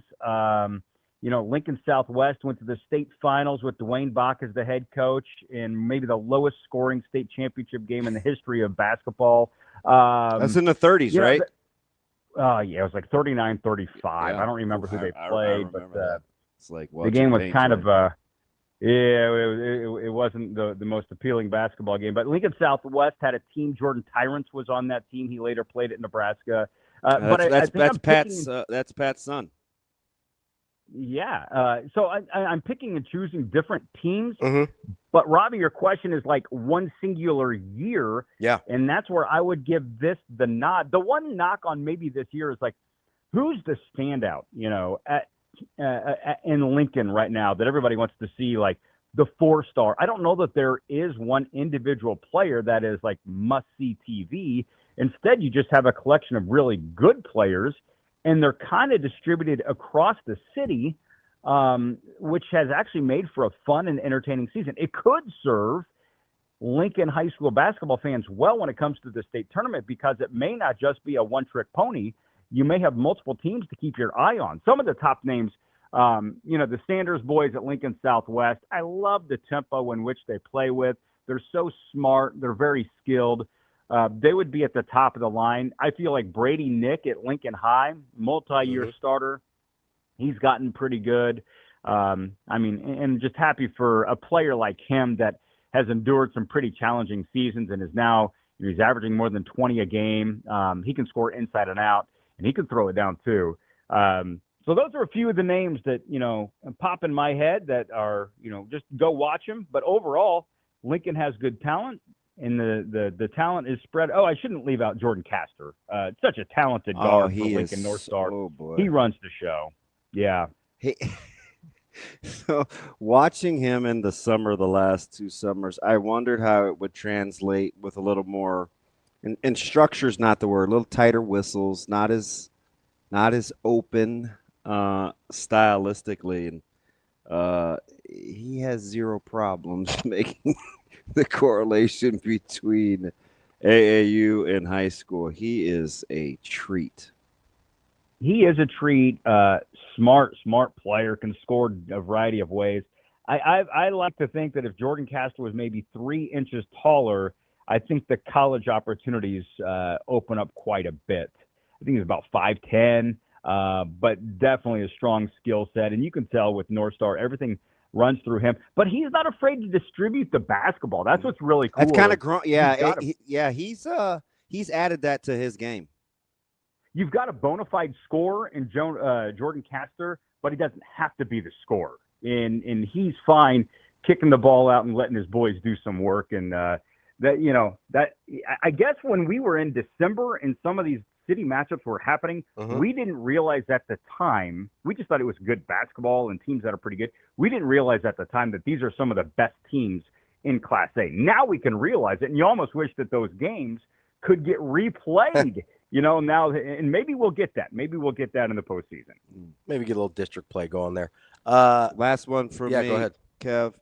You're right there in the middle of it with the hoop hype, and going to come down and watch Nebraska, Iowa wrestling, and baseball is getting started. Football is got spring ball around the corner. As Nebraska basketball fans get accustomed to this team being really good and having a chance to make a run in March, do you get, or do you feel, or do you hear kind of the sport on sport within the same university crime that kind of I do in the social media sphere, where it's either a volleyball state or give all the money to basketball, or why can't sport X do it? Like, you know what I mean? Like, do you hear that right there in the middle of where you're at? All the time. Is that not weird, or is that normal? It is. It is, but I think it's changing a little bit just because, the basketball bandwagon continues to grow by the game, and so there are some folks that are jumping on the tail end. They're hanging on the bumper right now because it's so full. Ouch. That it's true. I mean, people are jumping on, and, some of my neighbors are now talking basketball. I didn't even know that they knew who Fred Hoiberg was. But here they are cheering on this team.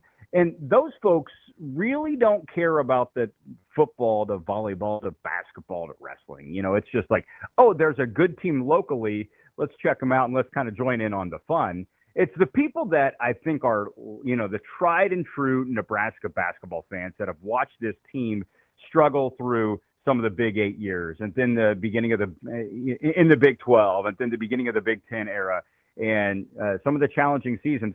I think maybe there's some jealousy. Like, no, like I have a little bit more clout as a Nebraska basketball fan because I endured, some of the years and some of the heartaches and the 30-point losses at Ohio State. How dare you just jump right on? But then you also want them because it's so fun. You want everybody to be a part of it. And plus, they're helping fill Pinnacle Bank Arena, and the home court advantage is very noticeable for Nebraska. So I think that it's an interesting conversation. I just feel like the long time, a little bit scarred Nebraska basketball fans that are truly enjoying this season because of the context of what the program has been in the past. It's almost like, no, you got to earn your stripes, and you had to go through the initiation to truly be a Nebraska basketball fan. That is Kevin Suits, 1011 News in Lincoln. Kevin, appreciate the time always. Can I ask one more random? Well, you said it was your last one. So I'm sorry. One more. This is really dumb, Kevin. A lot of people like the popcorn at Lincoln Lutheran. I'm sure you've had a handful or two. If you had, I think the other day was National Popcorn Day. What's your go-to popcorn? Is it what's your go-to? Like the best concession stand popcorn, or like cheese or caramel or anything like that. I like straight up popcorn. You got to be able to just do normal popcorn for us to win my heart. We're not doing cheese and none of that stuff. We got to go straight up. You purist. Okay. He's if they can't make a cheese pizza, I'm not going there, guy. That's what it sounds like. I will say Lincoln Lutheran has good popcorn. The best concession stand in our Lincoln area is Raymond Central. Malcolm's pretty good too. Raymond Central. The soft pretzel is like melt in your mouth. It's fresh. It's amazing. They have good popcorn too, but I can't get the popcorn there because they've got the pretzel. So Raymond Central concession stands, amazing. I'd have to pit them against Roncalli. I think Roncalli has no peers here locally. You're not even a soft pretzel guy. I'm not, but I can appreciate fresh food. All right. All right, I've Kevin. heard, like I know Roncalli, Mountain Michael. Those are two places in the Omaha area that are like you got to do it. It bugs me to say this because he's sitting next to me, Kevin. Millard North is pretty good too. They've got good variety. Ooh. Millard North's pretty good. Good at everything. I don't know what to tell you. Oh, jeez. Even the concessions. Kevin, appreciate the time. We'll talk to you later. Thanks, Kev. All right, see you, boys. You want a throwback to Lincoln basketball? Don't forget about my guy Tyler Bullock either. Oh, I'm a big Bullock guy. Lincoln North Star. My favorite to come out of there is probably. I'm a big Alton Mason guy. But Okay. that's late 90s. Yeah, that's a little before. And that when I was paying Northeast attention. was a wagon. Yeah, they were. That was what they went like 4 straight. Yeah, something like yeah, that. They wagon. Yeah, that was a squad. That's when they enjoyed coming in. There was Metro, just a giving it to OPS. Was it AJ Hahn? There was a Hahn that was Yeah. really good on those Yeah. teams too. We'll be right back with. It wasn't AJ. AJ was younger. It was the Yeah. one. It was the older Yeah. one. I played with the youngest one, Ty, a little bit. There you go. Yeah, he spent. Nice pull. He had a little cup of coffee at NCC. Oh, he could shoot. He could score the basketball. Yeah, absolutely. He went to Pacific, didn't he? The older one. There you go. We'll talk a little more hoops with Matt DeMarinis from White and Blue Review coming up next here on Hurrdat Sports Live. Yeah, he's one of our most important players because of everything he brings to the table. He quarterbacks our defense from that position. Obviously, he's become a much better facilitator this year as the season has gone on, and then he scores the ball in a lot of different ways, and he's doing it kind of with one arm. So he hasn't missed much practice time as a result, and I'm just really proud of the way that he's competed and has put us in a position to have chances to be successful. Yeah, I mean they need a little time off after Wednesday, so we'll take Thursday, Friday off, and then get back at it on Saturday. But it's an opportunity to work on ourselves, and we were able to do that on Sunday as well this week. Generally, you don't get many of those opportunities this time of year, so we needed that, and we'll take advantage of it again on Saturday of next week.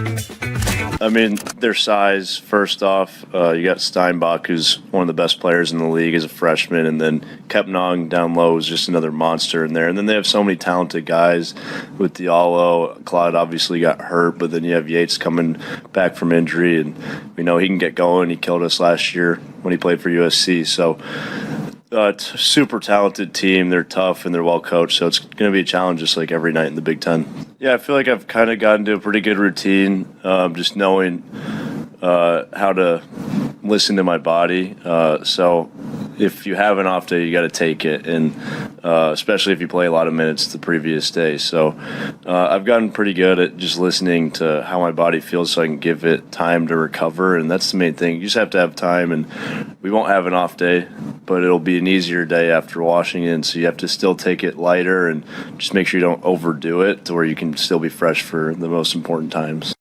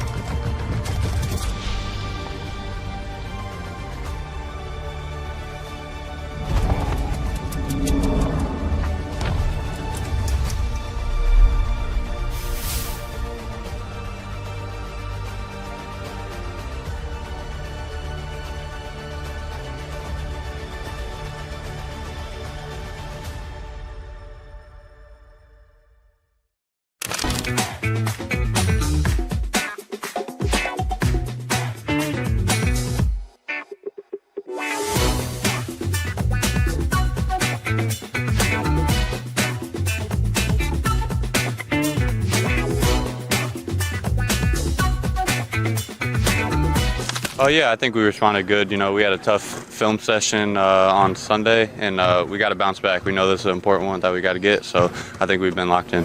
Yeah, you know, I feel like our first possession defense has been good, but we haven't been able to get the rebound as much as we'd like. And if we can do that and push the pace and transition, we can wear teams out, and it'll help our offensive game as well. Yeah, you know, they're a way different team since we played them last time. They have a couple guys that have been scoring the ball really well, and yeah, they're pushing the ball in transition, so it's going to be a really fast-paced game, and we need this one, so we got to be locked in like we've been every other game.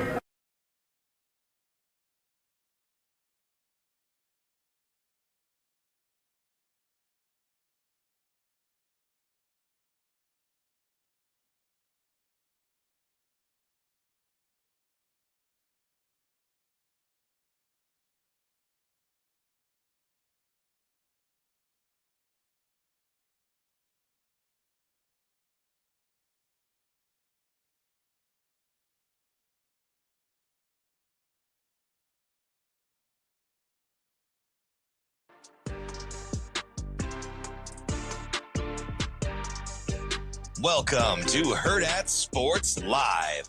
As a coach, you want to know what's going to happen when you put a player on the floor. And with some of our new guys in particular, that hasn't necessarily always been the case.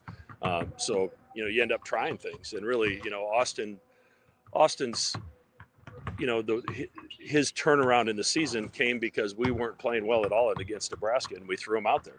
And he did some good things, and I think those things gave him some confidence and maybe motivated him to practice a little harder and pay a little bit more closer attention to detail in practice. And we did that. All of a sudden, he started stacking good days, and great things happened.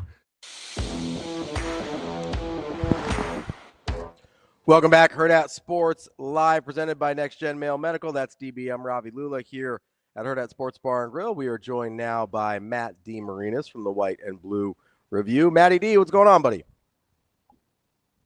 Well, your UTN number is still calling me, so that's weird. But you know, right. How are you? Hey, look, we can't control. You've listened to us long enough. You know we have zero control over that other guy. Bro, it's still calling me right now. It's like, man. Shane, quit calling him. So he just throws his hands up in the air. He's like, "What can I do?" Do you understand now why your bestie over here is always so mean to him? Yeah, I get it. I was like, I woke up this morning too, and I was like, I didn't get my alert or whatever that you send off from your socials. Yeah. I was like, hey, did I sleep through the whole day or something? And I checked the graphic, and I wasn't on it. I was like, what is going on? Oh, we finally get to blame Sasha for something. I think that's her doing, isn't it? I don't think she makes the graphics. I think she just posts them. Doesn't she do the ads? I have no idea. I'm just looking for her to finally do something wrong. My theory is I've been in the team so long, I'm just Matt from Grand Island now, so I'm not even like important enough.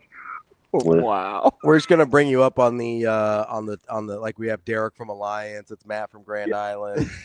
Which you need to get the hell up out of there, man. I'm just saying. Stuff like that. I'm one of those people now. Yeah. Hey, so I'm gonna get this out of the way early because I give Ravi a hard time about not stretching himself enough with his basketball viewing pleasures.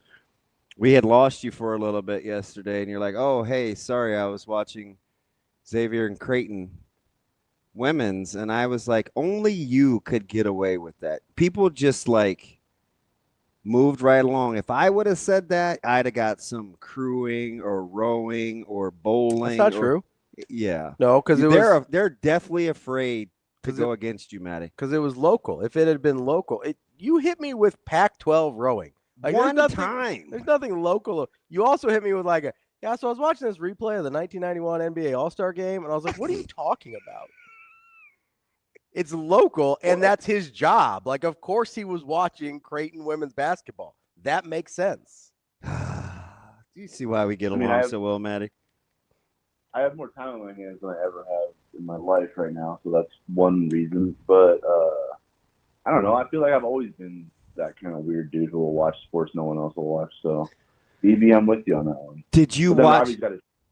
So. Yeah, he's still interested in the second round at 2 a.m. tonight for the Australian Open. Did you see Jao Fonseca got upset? Unbelievable. Yeah. we're all. This guy's worthless in the chat because he's up at 2 a.m. watching the Australian Open.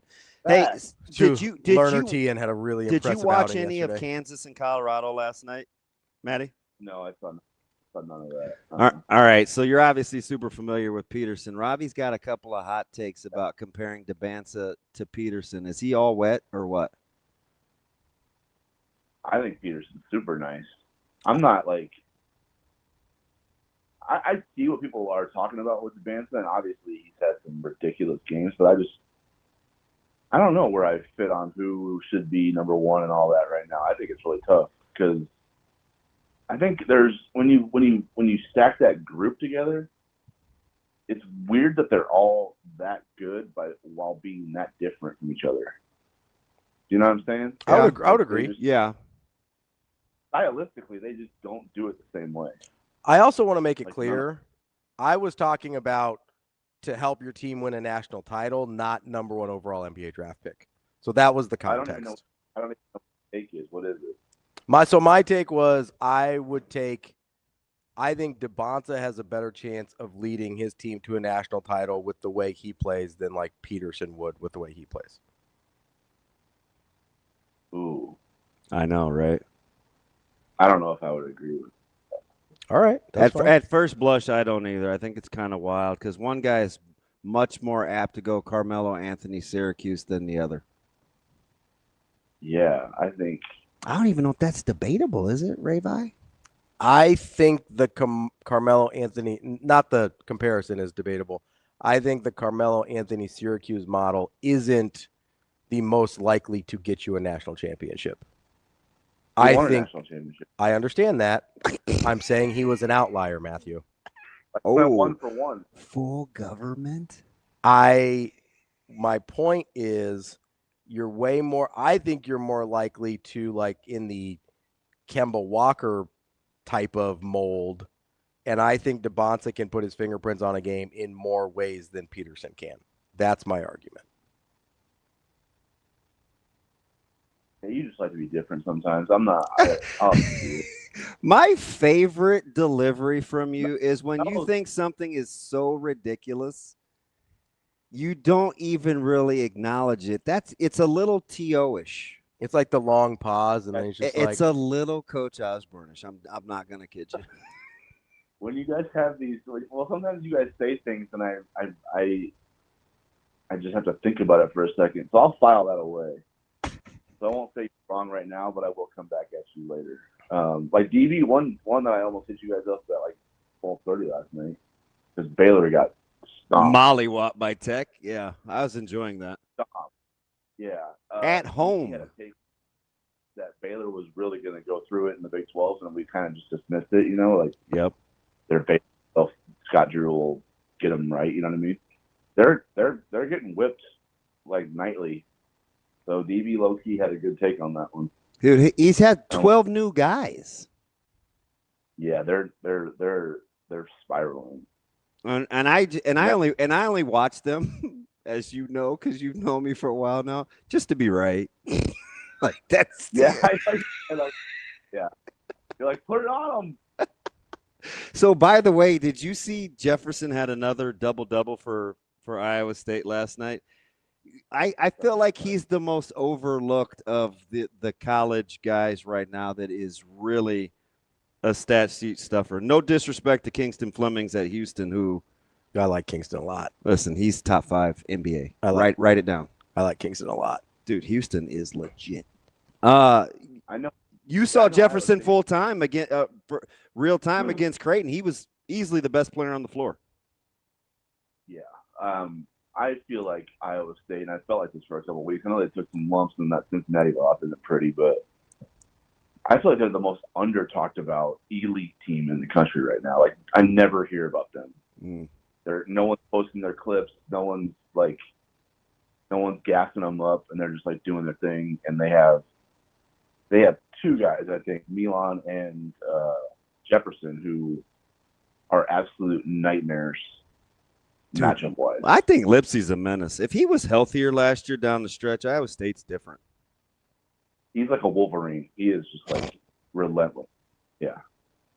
I love that squad. I don't think they're getting talked about enough in terms of, everyone's like, oh, Michigan and, then there's like, oh, what's Duke? And then like, oh, what's wrong with Kansas? Like everybody's asking about like, the popular teams or whatever. And Iowa State isn't in that class, but man, they're good. Holy crap, are they good. And they can turn your lights out too. Where are they offensive efficiency was? Offensive efficiency, they're 11th. See, do you think that number's better than the country thinks? 100%. Gotta be, Yeah. right? Yeah. Watch what they did. They went into Mackey and just like carved up Purdue. Carved them. Yeah, we were talking about that game. What was your – so I think the segue to that conversation, you go, what's happening at Mackey right now? Like that was the text. Yeah. That was shocking. It was like, okay. That was where you're like, okay, I know Iowa State's good, but damn, I was like, maybe we're underappreciating how good they are. Let me start in the Big East because Ravi still won't give Shaheen Holloway any credit. So, who's the second best team in the Big East? God, that is such a tough question.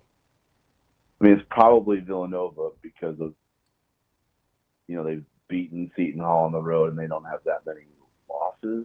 But then, like, then you watched them play Creighton and you're like, yeah. And then they also lost St. John. Like, St. John's has a pretty high ceiling in terms of their ability to put it on you. We've seen Creighton go into Villanova and win, go into Seton Hall and and you saw it not only with Villanova, you saw Creighton limit their best player, who I was hyping up half the season. Didn't even get up. Normally he gets up more three. He was completely neutralized against Creighton. Yeah, I don't know if you put if you make me have to pick one, I'm probably going to go with St. John's because they probably talent-wise they should be, I guess. So I figure over the long haul that wins out, I would say. Double round robin and all that. But man, they also have the Providence. Like, what I mean? There's just like, I don't know. I feel like UConn's on a tier of its own, even though they're not perfect. And then I feel like, I don't know. It just depends on how often that number 2 team can play its A game on a given night. You know what I mean? That'll shake out that will be how number 2 shakes out, I guess. Do you feel like UConn can win a national championship? Oh yeah, personnel wise for sure, and obviously we know Hurley's got the coaching acumen to do it. So like, yeah. Is it weird to question their toughness with him? Is there what? Is it weird to question their toughness, even though it's a Hurley coach team? No, because they've had a few teams where that's fair. Certainly last year they really took a step back in that area. I mean, when Jasen Green dropped 17 on them in the Garden in the semifinals of the Big East tournament, the whole arena could hear Hurley cussing them out in the locker room. So like, yeah, they've had a few of those teams before, so it's not. I don't know. I don't know if they're a little bored right now. Because their non-con was such a bear, that could be some of it, Yeah. Because you watch the team across the, wherever they practice in Gino's squad, they don't really care who they're playing. They're going to come out and work you over. So they're just going to win by 25 every night out, or is that going to come to an end? Or I was thinking more 45, but yeah, they're dominating right now. Their defense is so relentless too, because Kim Adams, Fox Sports analyst, was doing. I guess she's an everything analyst, honestly. She was doing their halftime studio gig or whatever. She said, "What's UConn's points per game off turnovers this season?" I just did the math. It was 35.3. 35.3 points per game off of turnovers. That doesn't even sound right. That doesn't even sound like it should be a real number, but that's what they're doing. They've had, I think they outscored DePaul 52-0 in points off turnovers when they played them. Like, what? Their pressure is just unbelievable. So, and then Sarah Strong is like probably the best player in college basketball on either side. I think Ravi, he's still rolling his eyes that you and I were going back and forth over her on the group text. He blamed it on He blamed it on tennis, but it's fine. You guys can go back and forth on whatever. I just may not have a lot to add. She's incredible. I'm gonna get back to so we're gonna slot this thing. We're gonna go UConn, St. John. Okay. Give me 3-4 because with Creighton's schedule coming up, I mean, every loss outside of probably who you're gonna name is going to be a bad loss. So that's the tough thing about navigating the conference schedule going forward.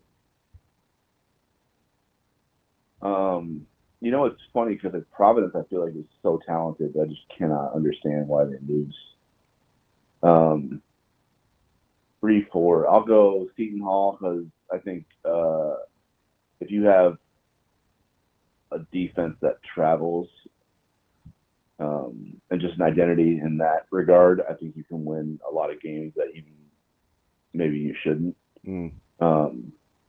So I'm going to give Seton Hall the benefit of the doubt on that one, even though Villanova's got, like, that's what I mean. The Villanova, Seton Hall, Creighton mix-up is like they've all gotten each other already. So it's weird. I would put Villanova 4th and then Creighton 5th in that category. Just because I don't think Creighton has an identity defensively, and I also don't think they have necessarily the personnel to be really good on that end of the floor. I think they just have to be, you know, scrappy and really in tune in their scouting report principles, whatever it is on that given night, to have a chance. Because, I mean, it's just, personnel-wise, they just don't have the size to protect the rim. You know, Jasen Green playing with one arm and doing all he can. Josh Dix is a guy that can, you know, shut somebody's water off. We've proven that now. But outside of that, like, there's just not a lot of impact guys defensively. So they really have to be sharp, and that's been an issue, especially consistency-wise. So that's interesting. Where three-quarters of your remaining schedule, like any loss is going to be almost any loss is going to be a bad loss. Yeah, I mean, it starts with tonight too. Like you're playing a team that you housed by 40 in their own gym. But they can also get you because, like, they're really talented offensively. So we could see a shootout tonight that goes the other way, where Xavier flips, you know, a 45 to 50 point result back to back. You know what I mean? Like, it's weird that you get that in the same season where you beat a team by 40 and then they have the ability to get you back within the same time frame, you know? But that's what this matchup is tonight, you know? I mean, both teams are really, really good offensively, and both have the ability to give up huge numbers defensively as well. So it's a really intriguing matchup from that standpoint. Also, it's big for Creighton in this regard because their bye week is coming up, and it's their last one of the season. They're coming off the Providence loss where they didn't have their best player and they still beat you.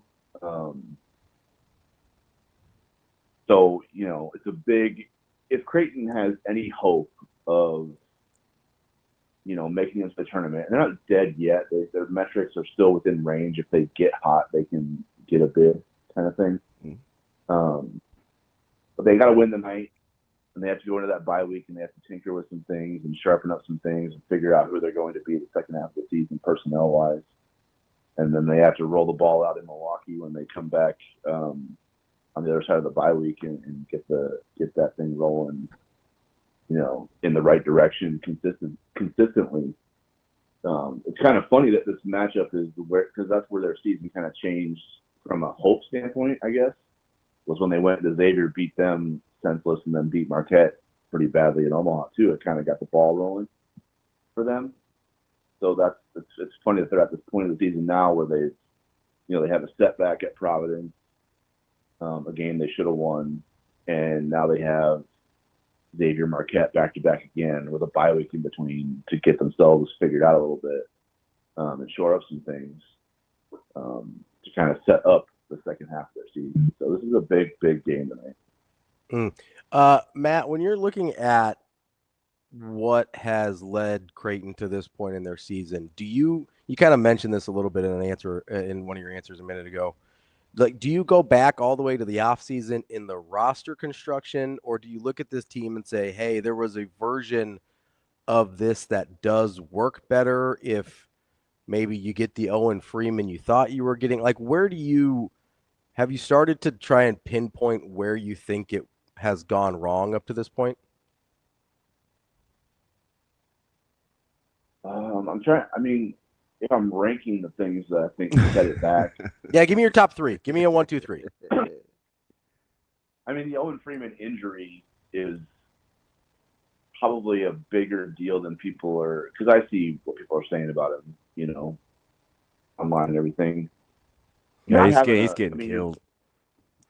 I mean, think about I know there weren't catastrophic injuries, but he missed the second half of the season at Iowa. Okay, so he was on ice there. And with a finger injury, it's not like you're doing non-contact stuff. You can't even play, right? Mm-hmm. So then he gets right, and he starts doing some summer stuff, and then he hurts his knee and has to have surgery. So basically, you're talking about 2 injuries that prohibited him from doing any basketball stuff, like anything with a ball in his hand. From February until when was he cleared? October? Mm-hmm. So you're talking about 7 to 6-7 months without doing anything basketball wise. You're just like absolutely killing all your skill development work and anything you can do training wise. You're just trying to stay conditioned, you know what I mean? And as much as you possibly can.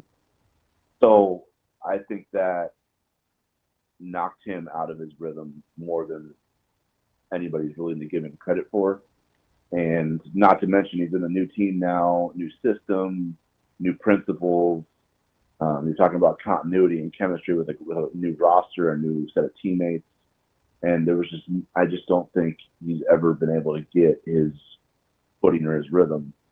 Now, some of that at this point is on him, but we can't dismiss those factors either, in my opinion. So that's my take on where that first went sideways, because when you're talking about replacing a Ryan Kalkbrenner type of player, the generational presence in your program that was there for so long and your identity, both offensively and defensively, was shaped around him for so long that you didn't have to wonder who you were every single day for 5 years, 4 years.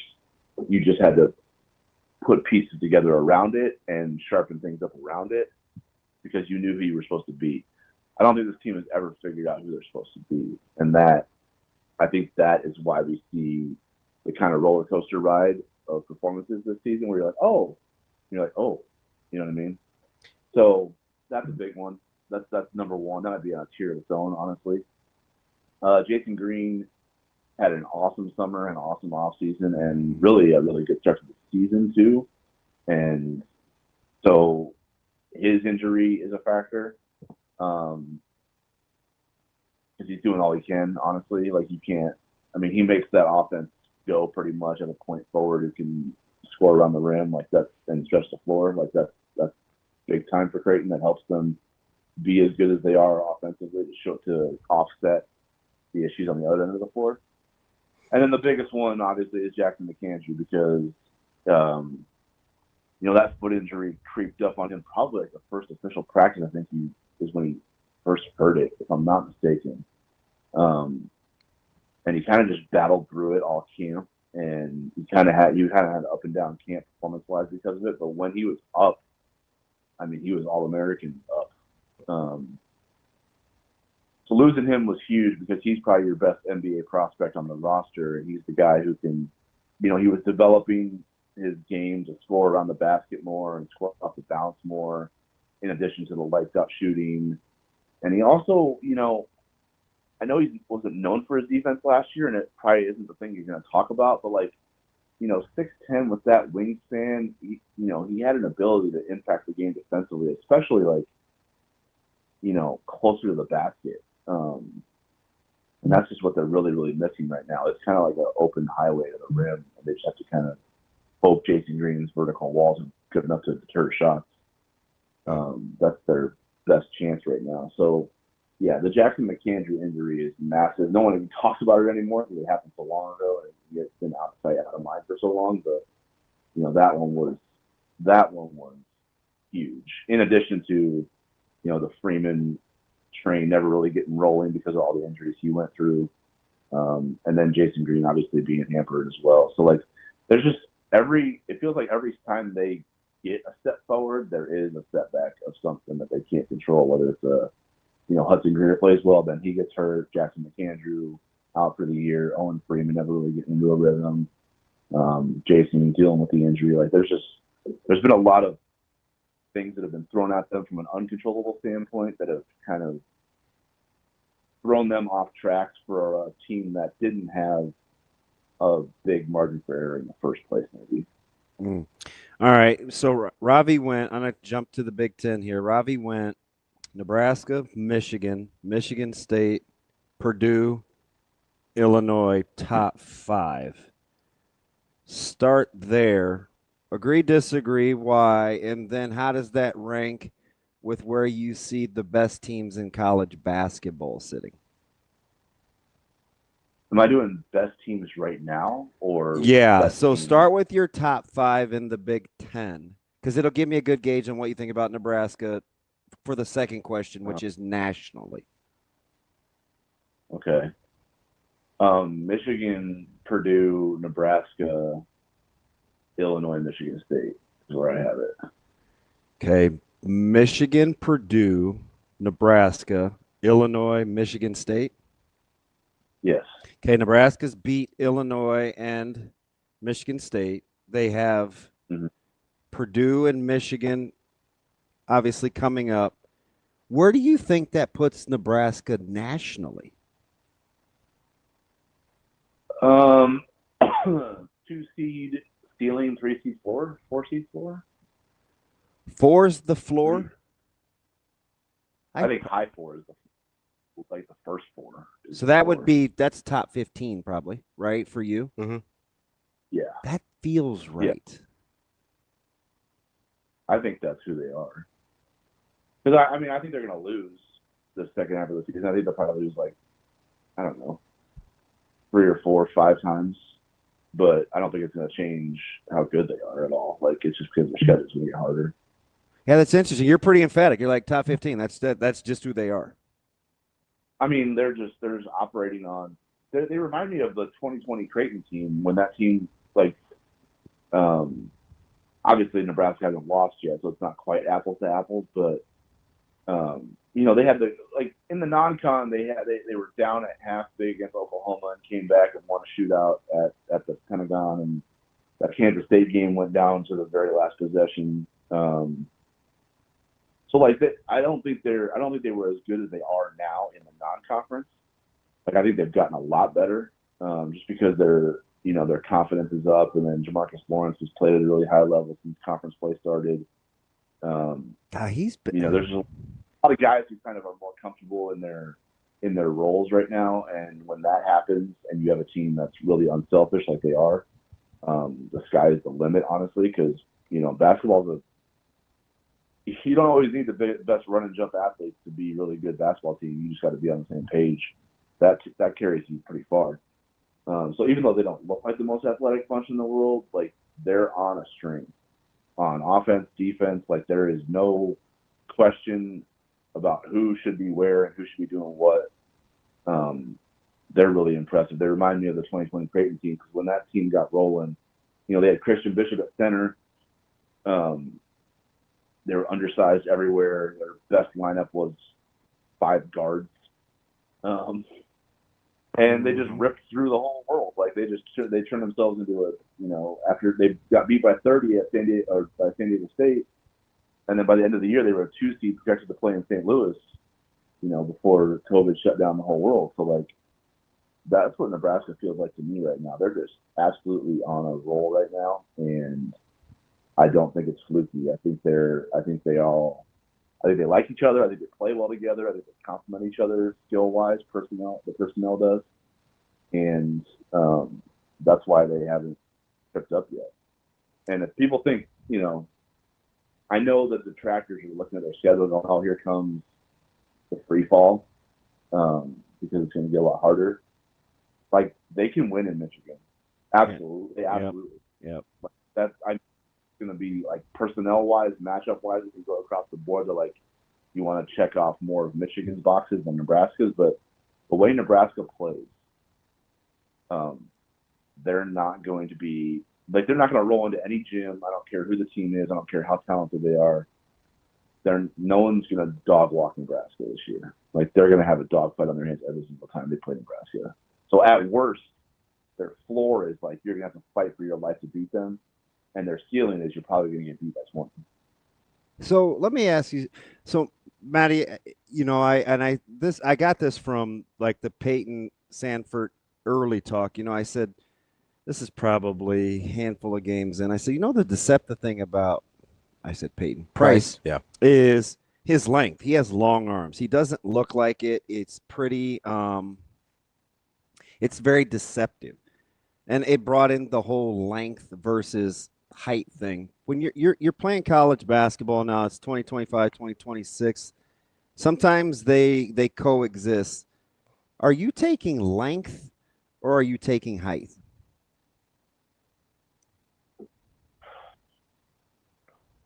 That's an interesting question. I mean, I feel like with length, you can, if you have some kind of a like look at Josh Dick's arms. He has pretty good length. Not elite height. He's got really good length though. Right. So that's what I mean. I'm just comparing Josh and Price in my mind's eye right now, and I'm just thinking, like, think about the angles you can create if you know what you're doing out there, as opposed to just being, tall and can take over, like, vertically, blessed, I guess, if you will. I would probably lean length, I guess, because I think the angles you could create if you know what you're doing and you have a basketball acumen would probably offset, any type of defender who has some height on you, I guess, because you can. I mean, I think leverage and low man principles. You talk about them more in football, but I think they work in basketball too. So I would go length. Where would you be? I'm a length guy. I'm definitely. I see it more I see it with DBs, and it helps me when I look at guys defend on the perimeter. With the Twins, I was watching I was watching Houston last night, and I'm thinking, oh man, that's arms. That's like length. I see it with, and I think DBs will be the same. Yeah. That's a good comp when you think about position impact or whatever. Because look, here's what I'm going back. I go back to if you look at the end of the Georgetown game. Obviously, Austin Schwartz hit some big shots, right? And that's what they got hung up on in terms of how Creighton won that game. But actually, it started on the defensive end when Josh Dix was on Malik Mack. Now, none of us would argue that Josh Dix is a quicker player than Malik Mack, right? Mm-hmm. We're agreeing on that. Mm-hmm. Like, Malik has speed on him, right? But because Josh can play low and use his length, Matt could not get by him. Like, he couldn't even get to his spot because Josh had the length to, affect the ball and move his feet to stay in front of him. Like, the length helped him offset Mack's speed advantage. And he never could get anywhere he needed to get to initiate Georgetown's offense, and that's why they couldn't score down the stretch. So, I think length offsets the speed and height intangible. So I would probably take that over height. All right. I'm with you on that. Last one for me nationally. I feel like I kind of know because we talk about it so much, but give me your top 5 teams in the country. I won't even commit you to order. You can go order. You have some conviction. Yeah, you might. Are you going in order? No, I don't think I'm confident in it. Okay. I think Arizona is a top 5 team. I think UConn's a top 5 team. I think Iowa State's a top 5 team. I think Michigan's A game is top 5. And where would I put a 5th team? I'll give you a couple of choices in case it's an oversight. You know which one I hate that I want to say, but you're going to love it? Houston? Is Illinois. No, Illinois. No, I feel like one of these years I'm going to be right about Illinois. Those are his boys. Knock it off. I hate to say so too, because like I know how you are, but I think their ceiling is really high. I don't think they're a top 5. Like I don't think they've had a top 5 season right now, but like that they might be by the end of it. Florida's looking really good too. Like that's not an easy one to peg. There's probably like 10 teams that could be in the top 5 right now. So where's Houston? Where's Houston for you? I think they're getting right. I wasn't in love with them in the non-con as a national title contender, but I think they're starting to look like one more and more. Okay, Houston's probably in the Illinois category where like they don't belong in the top 5 conversation right now. What? But would you be shocked personnel wise if they are by the end of it, based on how they just how they stack up? I wouldn't. All right, where is Florida for you? They're right there. They're probably on the cusp of being, that 5th team that I didn't list, I guess. What's the difference for you between UConn and Duke? Because you didn't say either one. No, I said UConn. Oh yeah, you did say UConn. Yeah, Hurley probably. Okay. But yeah, Duke. Yeah, I mean, I don't know. I just don't ever love the way Duke plays, man. I've been like this forever. I have never loved Duke's style of basketball. I just don't know why. I just think I'm surprised they haven't won more for how much talent they've acquired over the years. Yeah, they're a weird one for me. I'd probably be a Duke hater if you listen to the way I talk about Duke. I'm not a Duke hater, but I probably would sound like one because I'm surprised that they just the generational players they put in those uniforms and have not reached the mountaintop with is like same way with Calipari, Kentucky with me. Like I think they've underachieved. It's weird to say that because they've been and for a Carolina guy, I probably like Duke most than the national critics. For once. Yeah, you're more measured. I mean, we understand why you want them to lose, but yeah, you're not dishonest about it. About who they are. Yeah, I actually think they're pretty good. Now they have some holes. They do. Perimeter defense, I'm not sure. He's tough. It's but they're pretty good. I think I would comfortably take the 4 teams I listed over Duke, I think. All right, can BYU get there for you? No. So you're only you have the smallest number. You're a 6'7" guy. They're too. Don't do that. Right? I've been in the house sports. Oh, I don't mean 6'7". Okay. Let's say you're a 7 or 8-ish guy. There you go. Thank you. Is that better? Yeah, that was better. Yeah, I think in terms of teams that can win a national championship, that's what you're asking me, right? Yeah. Yeah. Okay. I mean, that's is really good, but I would be shocked if they won a national championship this year. So like they're like in my top 10, 15 comfortably, but I don't think they're one of the 5 or 6, 7 teams that can win a title. Do you like Arkansas or Alabama? No. I mean, I like them. I don't. Do you like Louisville? No. None of those teams can shut your water off. Yeah, that's interesting. You know what I'm saying? Yeah, I'm just getting a feel for what you're kind of gravitating towards. I feel like a national title contender has to be able to win several ways, not one way. You know what I mean? They can't because if you make them uncomfortable, you can beat you like that. How do they win? Essentially, that goes back to what I said about Creighton. Like that's Creighton. does Creighton have multiple ways to win? I'm not sure. Do they have So, like, singular ways to win? and That's the real question. The tournament, I think they have to figure out a way to win multiple ways. Like right now, I just think they have to outscore you. All right, can I stretch you because I know you're an NFL fan? How disappointed, or would you have liked to see a potential McDaniel, D'Amico Ryans deal now that McDaniel's going to join Harbaugh with the Chargers? I did not think the offensive sequencing in terms of play calling and system was a problem for the Texans this year. And I'm also really apprehensive about giving Stroud another OC. Like he's had, you know what I mean? I think you need to just be who you are and figure out what your identity is most apt right now for you. Because I still think there's a good quarterback in there somewhere, even though I just don't think he knows what he is right now. Like, that defense is so good. Do you need to be a high-risk offense where CJ's arm talent makes these, highlight reel plays, but then you also have to live with his kind of, danger zone decision-making? Or do you have to put an offensive line together that can just ball control the crap out of you and bleed you out while the defense tears your head off, essentially.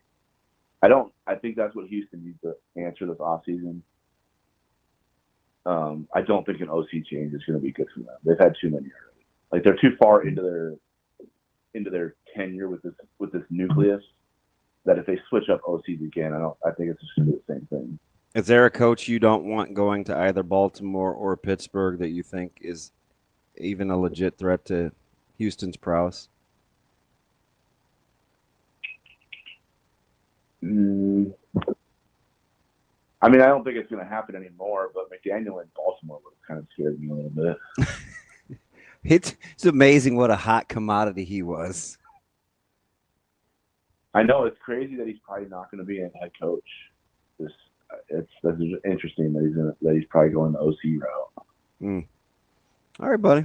I don't know what the missing link in Baltimore is because I still feel like they should have. I mean, I don't understand. I don't know what Harbaugh is like behind the scenes that it went that way. I was surprised he got fired. Were you? I don't know. No, it's tough. It's tough. Yeah. The 3 playoff wins in the last 8 years. I don't know. I'm glad. Pittsburgh had really good success out of them in the last 15 times they'd seen them. So I obviously hope that continues, but we'll see. Yeah. Is Ravi still there? Where'd he go? He knew this ahead of time because he and I had this conversation a month ago, but he's just getting to the fact that Trae Taylor's moving to Omaha. Oh. So he is completely distracted. I saw that. Well, I'm distressed. I'll tell you why, Maddie, after, but I'm distressed. Listen, nothing. It's yeah. I'll fill you in, Maddie. No worries. All right, buddy. I was just wondering, he was kind of like something was wrong. No, I don't care about your Houston Texans first and foremost. That'll be a big part of it.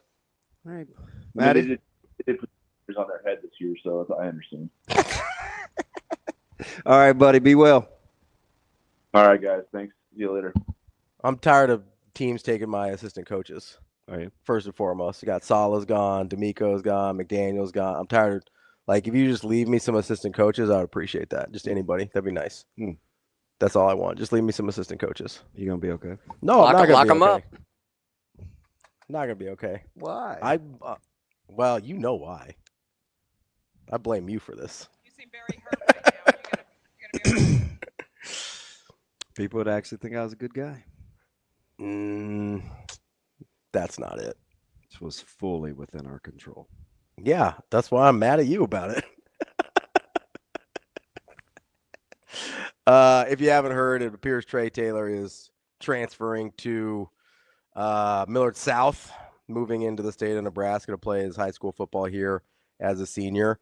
Positive on the note that he'll be here for all the recruits. And I don't understand when people are like, oh, this means he's going. Like, no, he's moving to Nebraska, guys. I don't know what that means. But he is apparently going to play for the Millard South Patriots, which is the part that I don't like.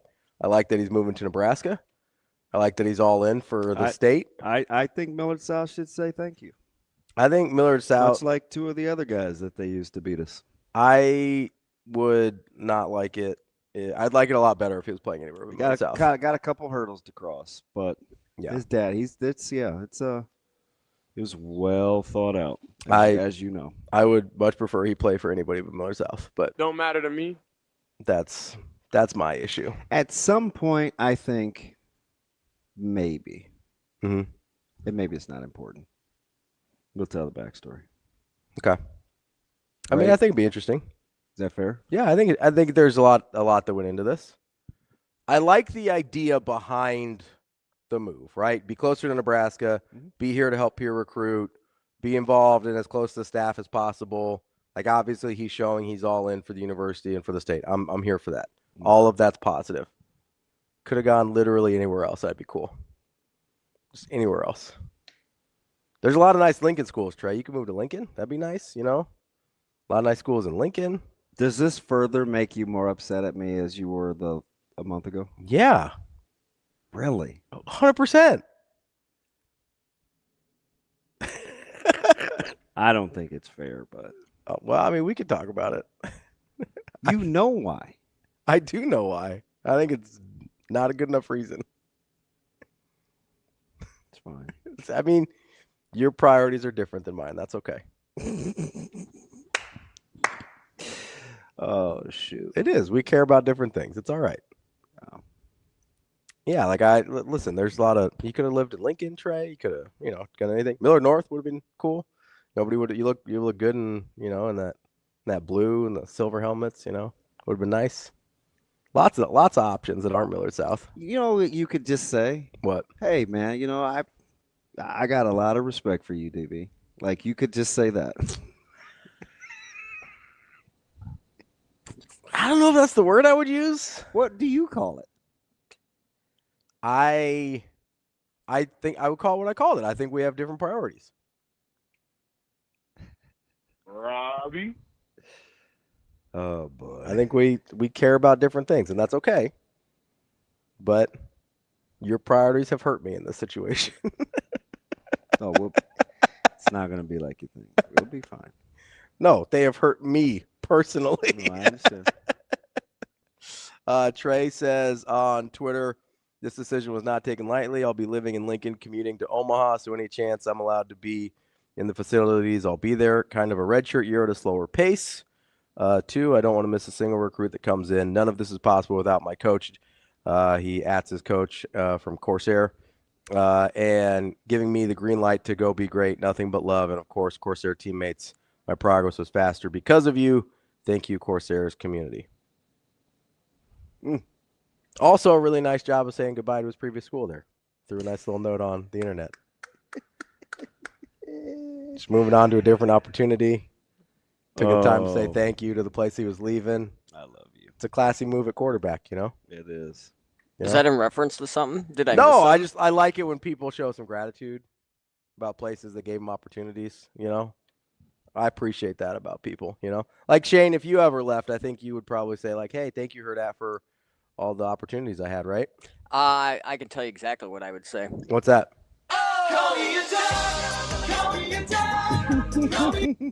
I would like to hear you sing, Shane. That'd be terrific. Nah. Oh, you're not a boy. big singer? No? You don't want to sing over there, Shane? No.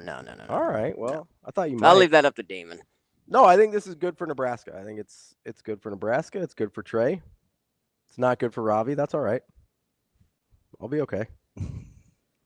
I'll be fine. I'm excited to see him play in person. Do you know how hard this is for me to, what do you think I'm feeling right now? I think you're mad at me. No. Okay. I mean, I understand. Yeah. I understand your vantage point. I just want to know if it's hard. Yeah, it's a interesting position. Yeah, for me. I imagine I imagine so. Josh, so there's a lot. And I can shoot Josh straight at some point. Yeah, no, that's fine. So he says it's cool to commute. The closest I've seen to doing this would be Kenya Hunter's son when he was in Lincoln, and I think he was commuting to, was it prep? So there was and I'm not sure how that. This happened when I was in high school, or right when I got out. Yeah. So this is Shane. This part right here. Carol, can you highlight the Carol Olson deal right here? I'm going to have you read this, Ravi. Yeah. Because I want to drop the hammer, and it takes everything I can to not. Can you read that, please? It says, I love when fans think they know more than people who are involved in the athletic department and reporting it. Is that fair? Yeah. Knowing what you know? 100%, yeah. Okay. I think it's 100% fair. Spot on. I also...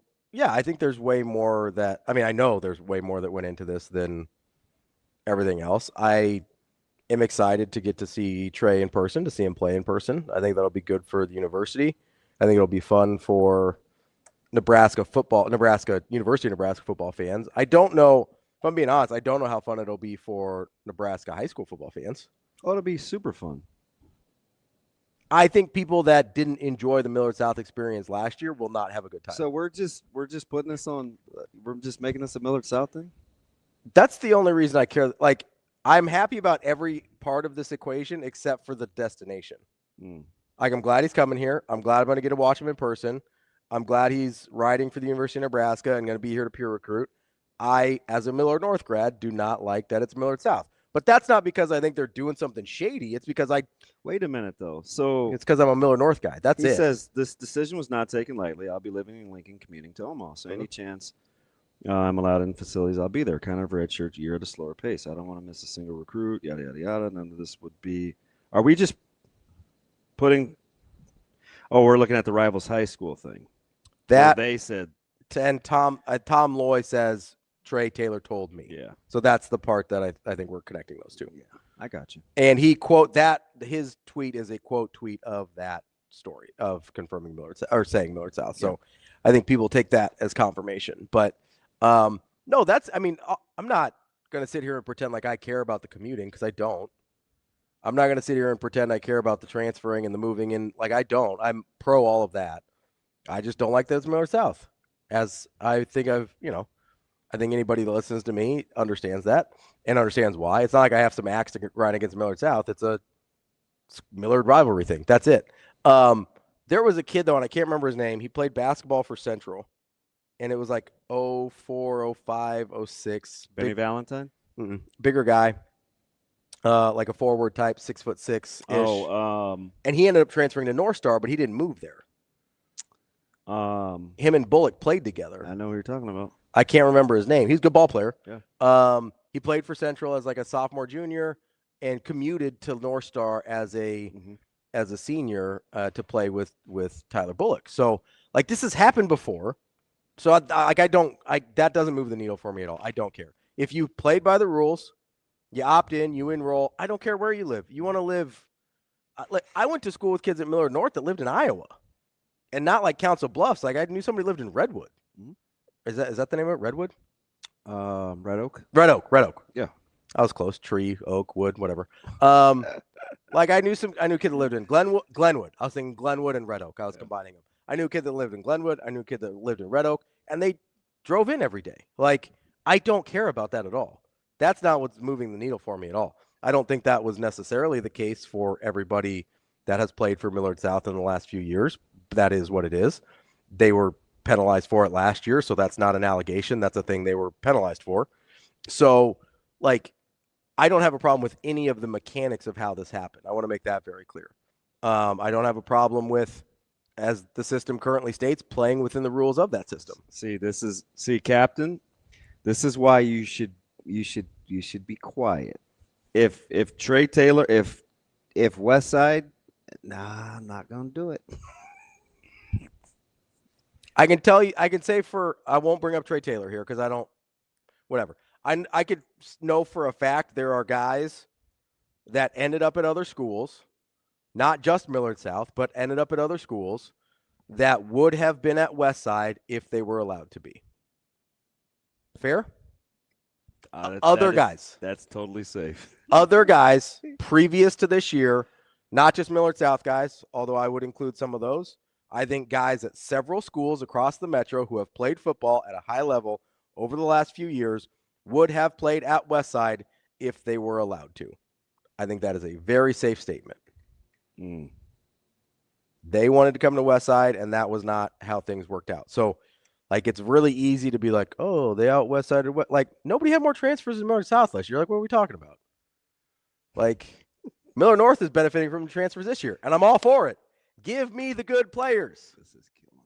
That's all I want. Do I need to do some reporting for you? Yeah. At some point. Okay. Because I'm not gonna. Yeah, it's just too much to sit on. I'll dig through some. I will say this. I'm gonna say this. Okay. And this is my pride getting the most of me because I should just keep my mouth shut. This has been 2 months in the making, and nobody talked to Trae Taylor's dad before I did. No one. So you do with that what you will. That's DB. I'm Ravi Lulla. We're brought to you by Next Gen, our friends over there. Make sure you go check them out just off of 180th and Center, nextgenmalemedicalclinic.com. Schedule an appointment. Talk to Nick and Laura. They will take good care of you. We will be back tomorrow on Hurrdat Sports Live. See you. Have a good day. Love you.